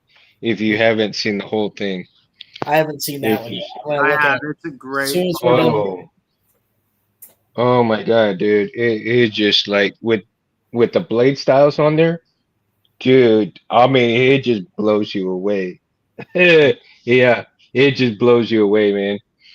So, um, again, the fonts, I think, along with the board system that you're working on and the technology that we're headed towards, is going to get better. And each creator that has come up with specific fonts, unique fonts, and don't get me wrong, because there's some fonts that actually sound the same, and you have to be really attentive. Okay, you have to be really attentive to hear those subtle changes. Otherwise, you're going to hear a lot of these fonts that are just the same and nothing really different, right? Um, so be very attentive because even though you think that they might be the same, there's just subtle differences It's true. that that you have to hear that you know gestures and so forth. Let's get a little bit into the gestures where you can uh does the Profi have gestures where you can do the twist on, twist off and so forth, They do. stuff like There's that? thrust on, and also one of the things you can do is, if you want to turn them off, you do back two black slashes in the place where you want to turn off those settings. Mm-hmm. Now, Let me see what my brain, man. My brain's just stuck. My question just went bye bye. Let's see here. Do, do, do, do, do, do, do, do, do. Titan technology and you working together for a better tomorrow. Hell yeah. Okay. So, um, Profi offers most of everything that can be seen on other boards, correct? What capability does Profi not offer in terms of other hills that do offer besides the Bluetooth? Um, Not much. I would say not no, much because of the they're, customization. they're all getting pretty close to the same thing. So I think with Profi, it offers a little bit more smoothness with transitioning between swing sounds and accent swing sounds, Mm-hmm. which is what I like about the Profis. Because like with my Mm-hmm. Golden Harvest, you'll swing it, and that little bit of wrist movement will trigger an accent swing, Mm-hmm. and you've already stopped your swing, but it's already swinging again. So Yeah. sometimes it can get annoying. So it's kind of like almost an echo of the swing itself. Yeah, I don't mind it. Yes. If anything, it's interesting to it. yeah, So that's one of the things that would be kind of fixed into a Profi is to not have that, so to speak, echo, so to speak, right? yeah. Okay. That sounds good. What else? Let's go into parameters. Are the parameters for a CFX, Golden Harvest, and Profi, are they similar in certain ways? Are they very much different in terms of their customization parameters? Or I know the Golden Harvest and the GHs, the Golden Harvest and the CFXs share basically a lot of similarities in terms of parameters and so forth. But does the Profi share some of those attributes, or does it ignore those attributes completely because of the customization? Mm, no, that I'm not sure of. How's that for a brain tease, right? Yeah. Chop. No, because you can do no in terms of like volume control in a Profi. Are you able to do the twist volume control in the Profi? Yes, what you do with that is when the saber is off, you hold the button. If it's one button, what I do is I hold the button and hit the saber, and it goes enter volume menu. With two button, it's a little more. It's a little different. Yeah, with It's a two little buttons, different. which is what mine is. Mm-hmm. Hold power, Enter volume and then you menu. tap auxiliary, and then you'll twist it. Mm-hmm. And then you'll just tap Oh, okay. power, and that selects it. And that's a Profi board that you're utilizing, right? And that That's it. and Me that hill. too. Okay. Sweet. Now in let's one button versus two buttons. Is I it much is it way different, or is it much better it for a is, two but all button a matter set? of personal preference. Like Well, yeah, that's the given. like me, I don't like having to memorize all the mostly two button things, so that's why I just like having one button. Mhm. Plus, I keep Hmm. the FET263's Yeah. menu thing up on my phone, so in case I ever have to load it up and look it over, I can do that. Hmm. Yeah. I I've think always liked some. Go ahead, Chris. Oh, I was gonna say You I've always always. liked the two buttons. It's easier for me. I don't know why, but I can memorize those easier than the single button. Yeah, me too. Well, that's But I do think that certain hilts should remain a single button. I There agree. are there's a few, but because of the way the design is, I think there should be very few hilts that utilize a single button. Let's take the Qui-Gon for instance. The Qui-Gon, I don't think the Qui-Gon does not need to be a dual button No, whatsoever. if an aux button, I have seen sabers, Qui-Gon sabers, where the aux button would be a hidden black accent button on the back of the hilt, which works in that case. Kind Yeah, of like the low profile, the little buttons. I've seen a couple like that. Yeah. and I like that because my number one absolutely love the low profile box one from Mhm. TCSS. I absolutely love that setup, man, because that setup is so slick. Now the box one is okay, but I think the box one, if you're doing like like I did, like I did with Roy Boy, right? Now Roy Boy's out of commission for right now for a few minutes, but no shit. Hold on. Just a second here. Dude, wow.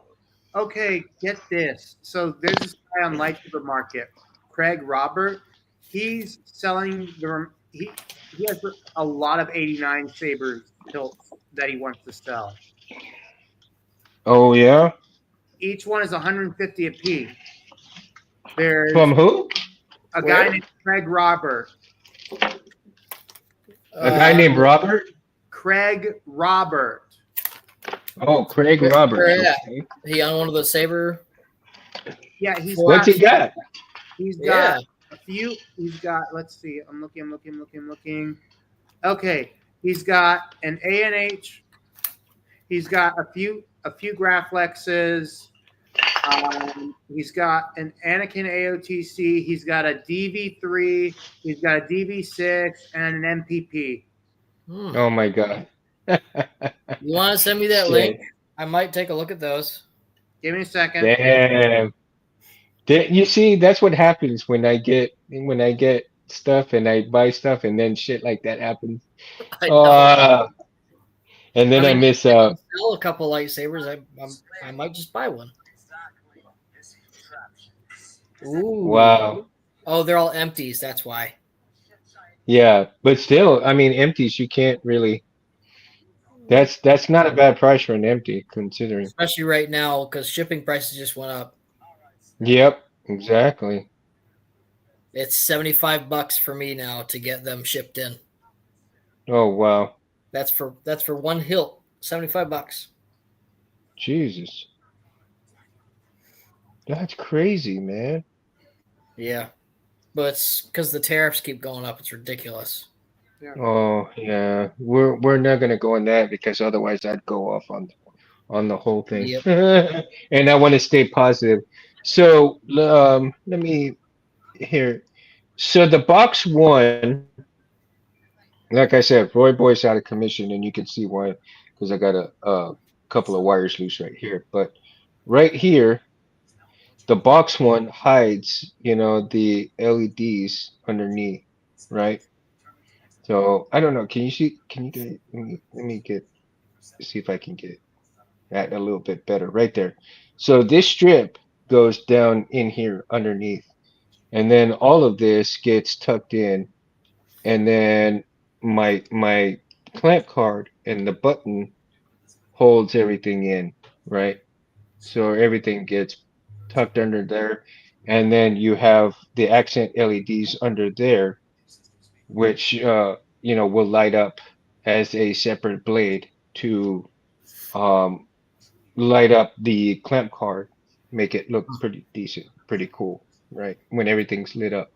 So you have the LEDs there, you have the LEDs there, and then you have this LED right here all light up. And then everything works all together in synchrony when it's working well. But if you're going to utilize the box one for that purpose of hiding the LED strip like that, right? But I do like the fact that the uh, low profile though offers, and I might try to see if I can get maybe some 35-35s and Mm. do that with the low profile in between the two buttons on the low profile. So the little tack switches, SMD tack switches will go in there. And in between the two tack switches will be the 35-35 LED strip, and see if I can get away with that. If I can get away with that, oh my God, that'll be like game changer for me for some of the hilts that I do. And simply because, like I said, I love the low profile box one setup, and um I already have a certain clamp card thing, right? I cut some of these little boards like this to fit inside the low profile board, and then put my SMD buttons in there.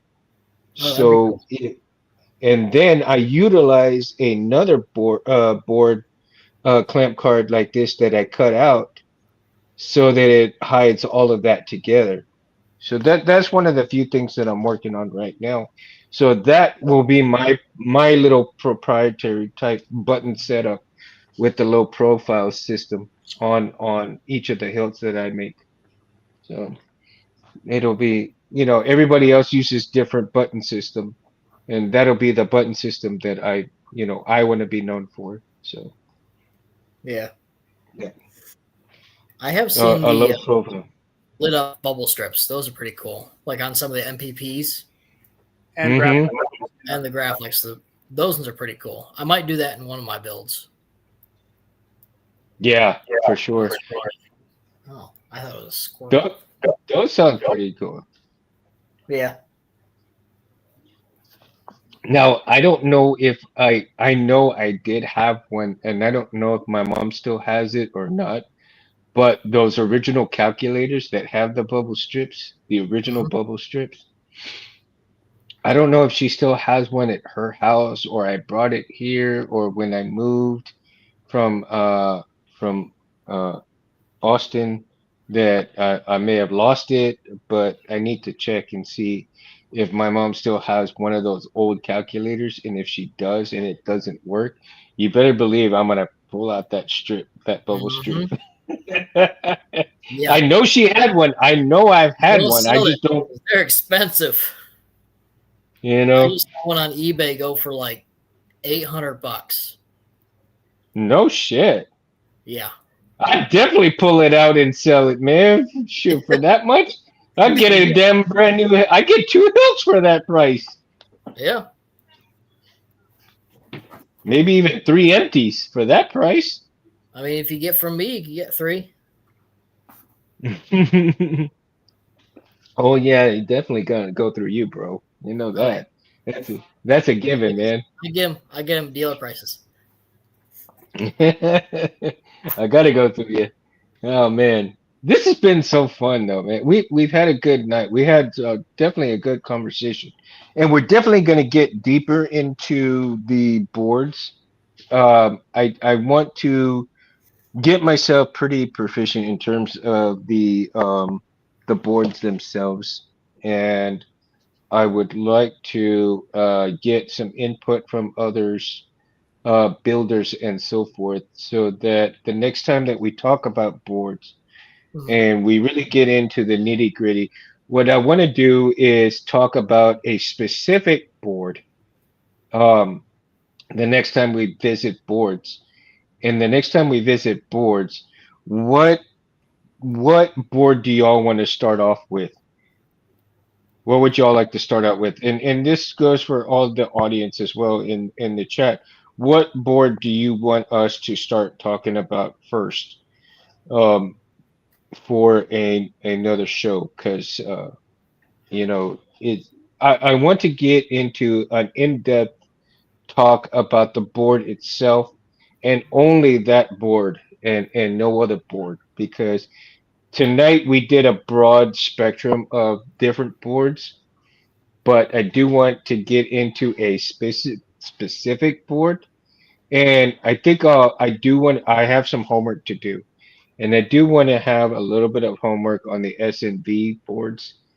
And even though I have not worked on one, maybe somebody has one that is not messed up but used, and I can buy used and maybe work on that board and learn that board so that I have sound advice and know what the hell I'm talking about in terms of being able to work on the board and the components and everything else on top of that. So maybe somebody out there has a board that still works that they don't I want. got one.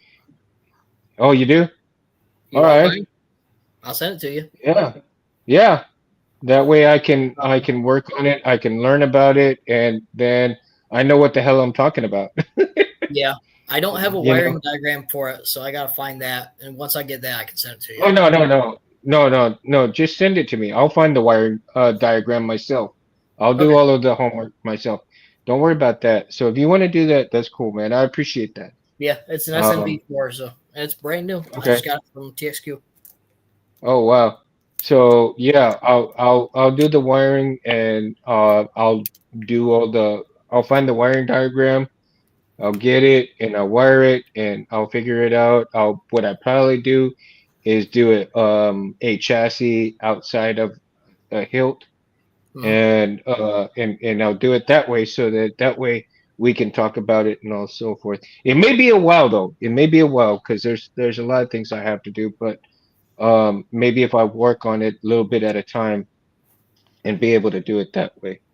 Yeah. um, and be able to find an STL for an SMV4, print it out, and then do it that way, and we'll go from there. So the next time that we talk about the SMV4, I have a way to tell everybody, okay, I wired it up, the difficulties of wiring it up, the ease of wiring it up, the ease of putting the fonts on there and so forth. So I've got some homework to do myself on the type of board.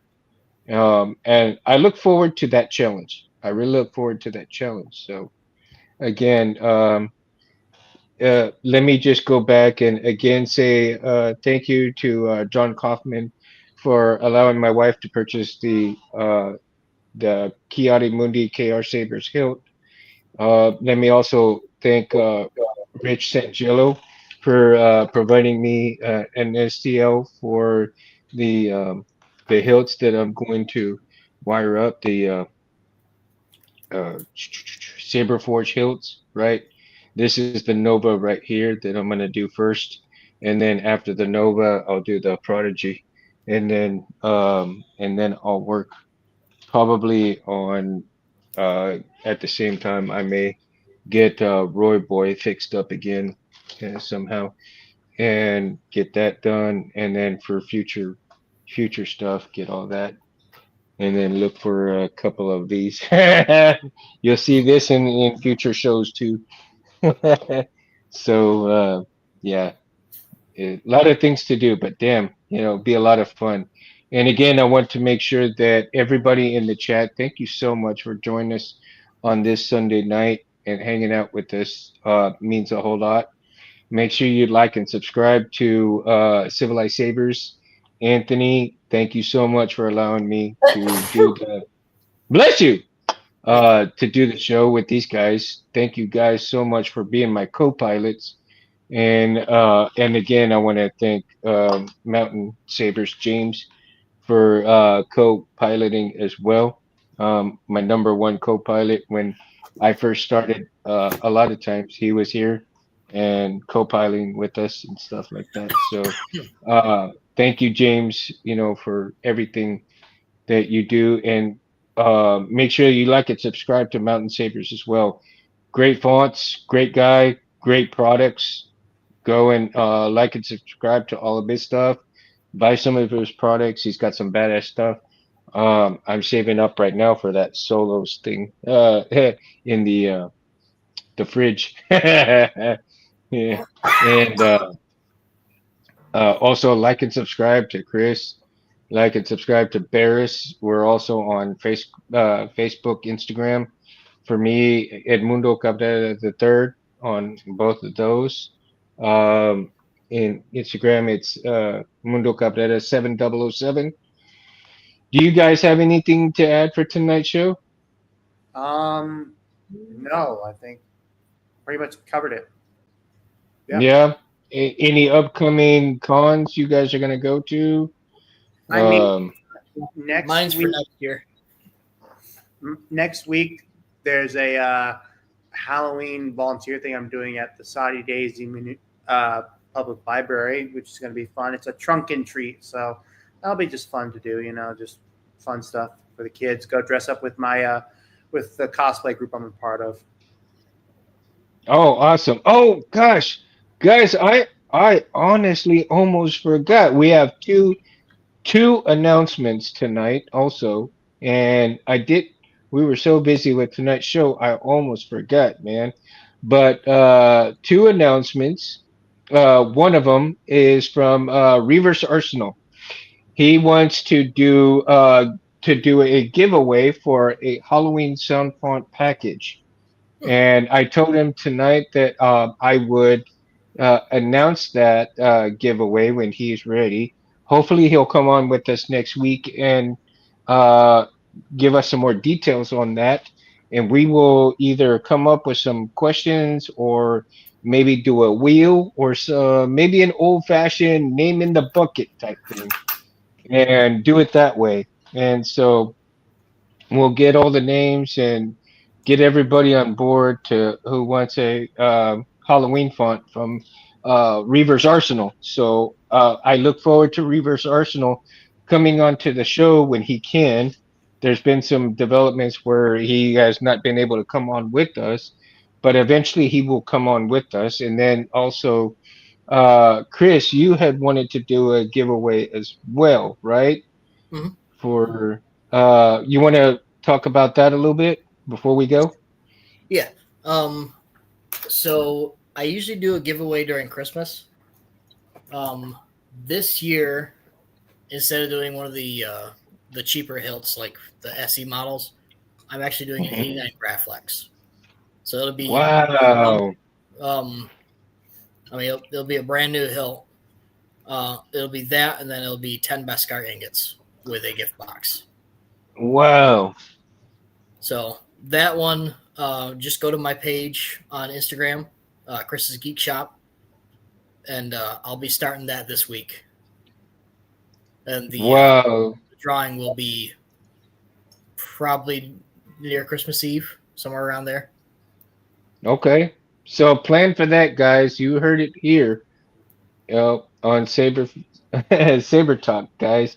So just make sure that you guys get in on that. Of course, none of us here are going to be eligible for that because we do want to make sure that it's fair. And since Chris is giving it away, we want to make sure that however he wants to do it, whether it be a name in the bucket, whether it be the wheel, whether it be a question that you guys will have to answer, I leave that up to you. And then of course with Reavers Arsenal with his giveaway, we will talk more on that when he comes on the show and he can give some more details for the Halloween thing. And hopefully he'll be on next week and he can reiterate and talk about that as well as some of his fonts, man. And so that'll be pretty interesting to show when we have Reavers Arsenal on. I still, hey Jesse, what's up, man? We're fixing to end the show. I'm glad you at least came in at the end of it, man. That's cool, man. And there's a lot of sales going on too for the Halloween sales right now as well. And so that'd be kind of cool to go and look at all the font makers and check out what they have for the Halloween sales, and especially Kyberphonic too. So check them out. Check out all the font makers for your Halloween and any fonts you need. All of their stuff, man. And um, so guys, again, thank you all so much. Like and subscribe. And like Anthony says, force push that like button for tonight's video. It, I know it's a little bit long. I'm not as fabulous as some of these other guys, but I tell you, I am who I am, and all I can offer everybody out there is a seat at the table and talk sabers, man, and have a good time. Drink what you will. Mundo is going to. Let's see what else. Like I said, you guys, we did the announcements, we did everything else. Yeah, I think we had covered it pretty much for tonight. So again, okay. So guys, again, what board do you all want to talk about in depth the next time we do talk about boards Why don't you just do before we Profi? take off? Yeah. Profi? Okay. So what I will do is I will download a Profi manual Mhm. and I will look at it and I will pretty much have most of the time you guys talking about a lot of the attributes of it. Mhm. If I can, I don't know if he'll be able to, but maybe I can talk to Megtooth and see if I can get him to come on. Like I said, I don't know if he would be. He's enjoying retirement right now. So again, we'll see. I'll get a hold of him and see if he'd like to come on. And if not, that's okay. I know there's other Profi installers out there that I could try to get and see if they'd be willing to come on, and we'll talk about that as well. So the next time that we do boards, maybe a couple of shows down the road, we'll come and we'll do a Profi board show. Mhm. So keep an eye out for that, guys. It is a Profi board show. All right, man. So with that, Mundo out. Peace, everybody. Make sure you all have a great week. Be kind to each other out there and just have a good one. Chris, you gonna light it up for us all? Yep. Yeah! Have a night, Mundo everybody. out. Peace.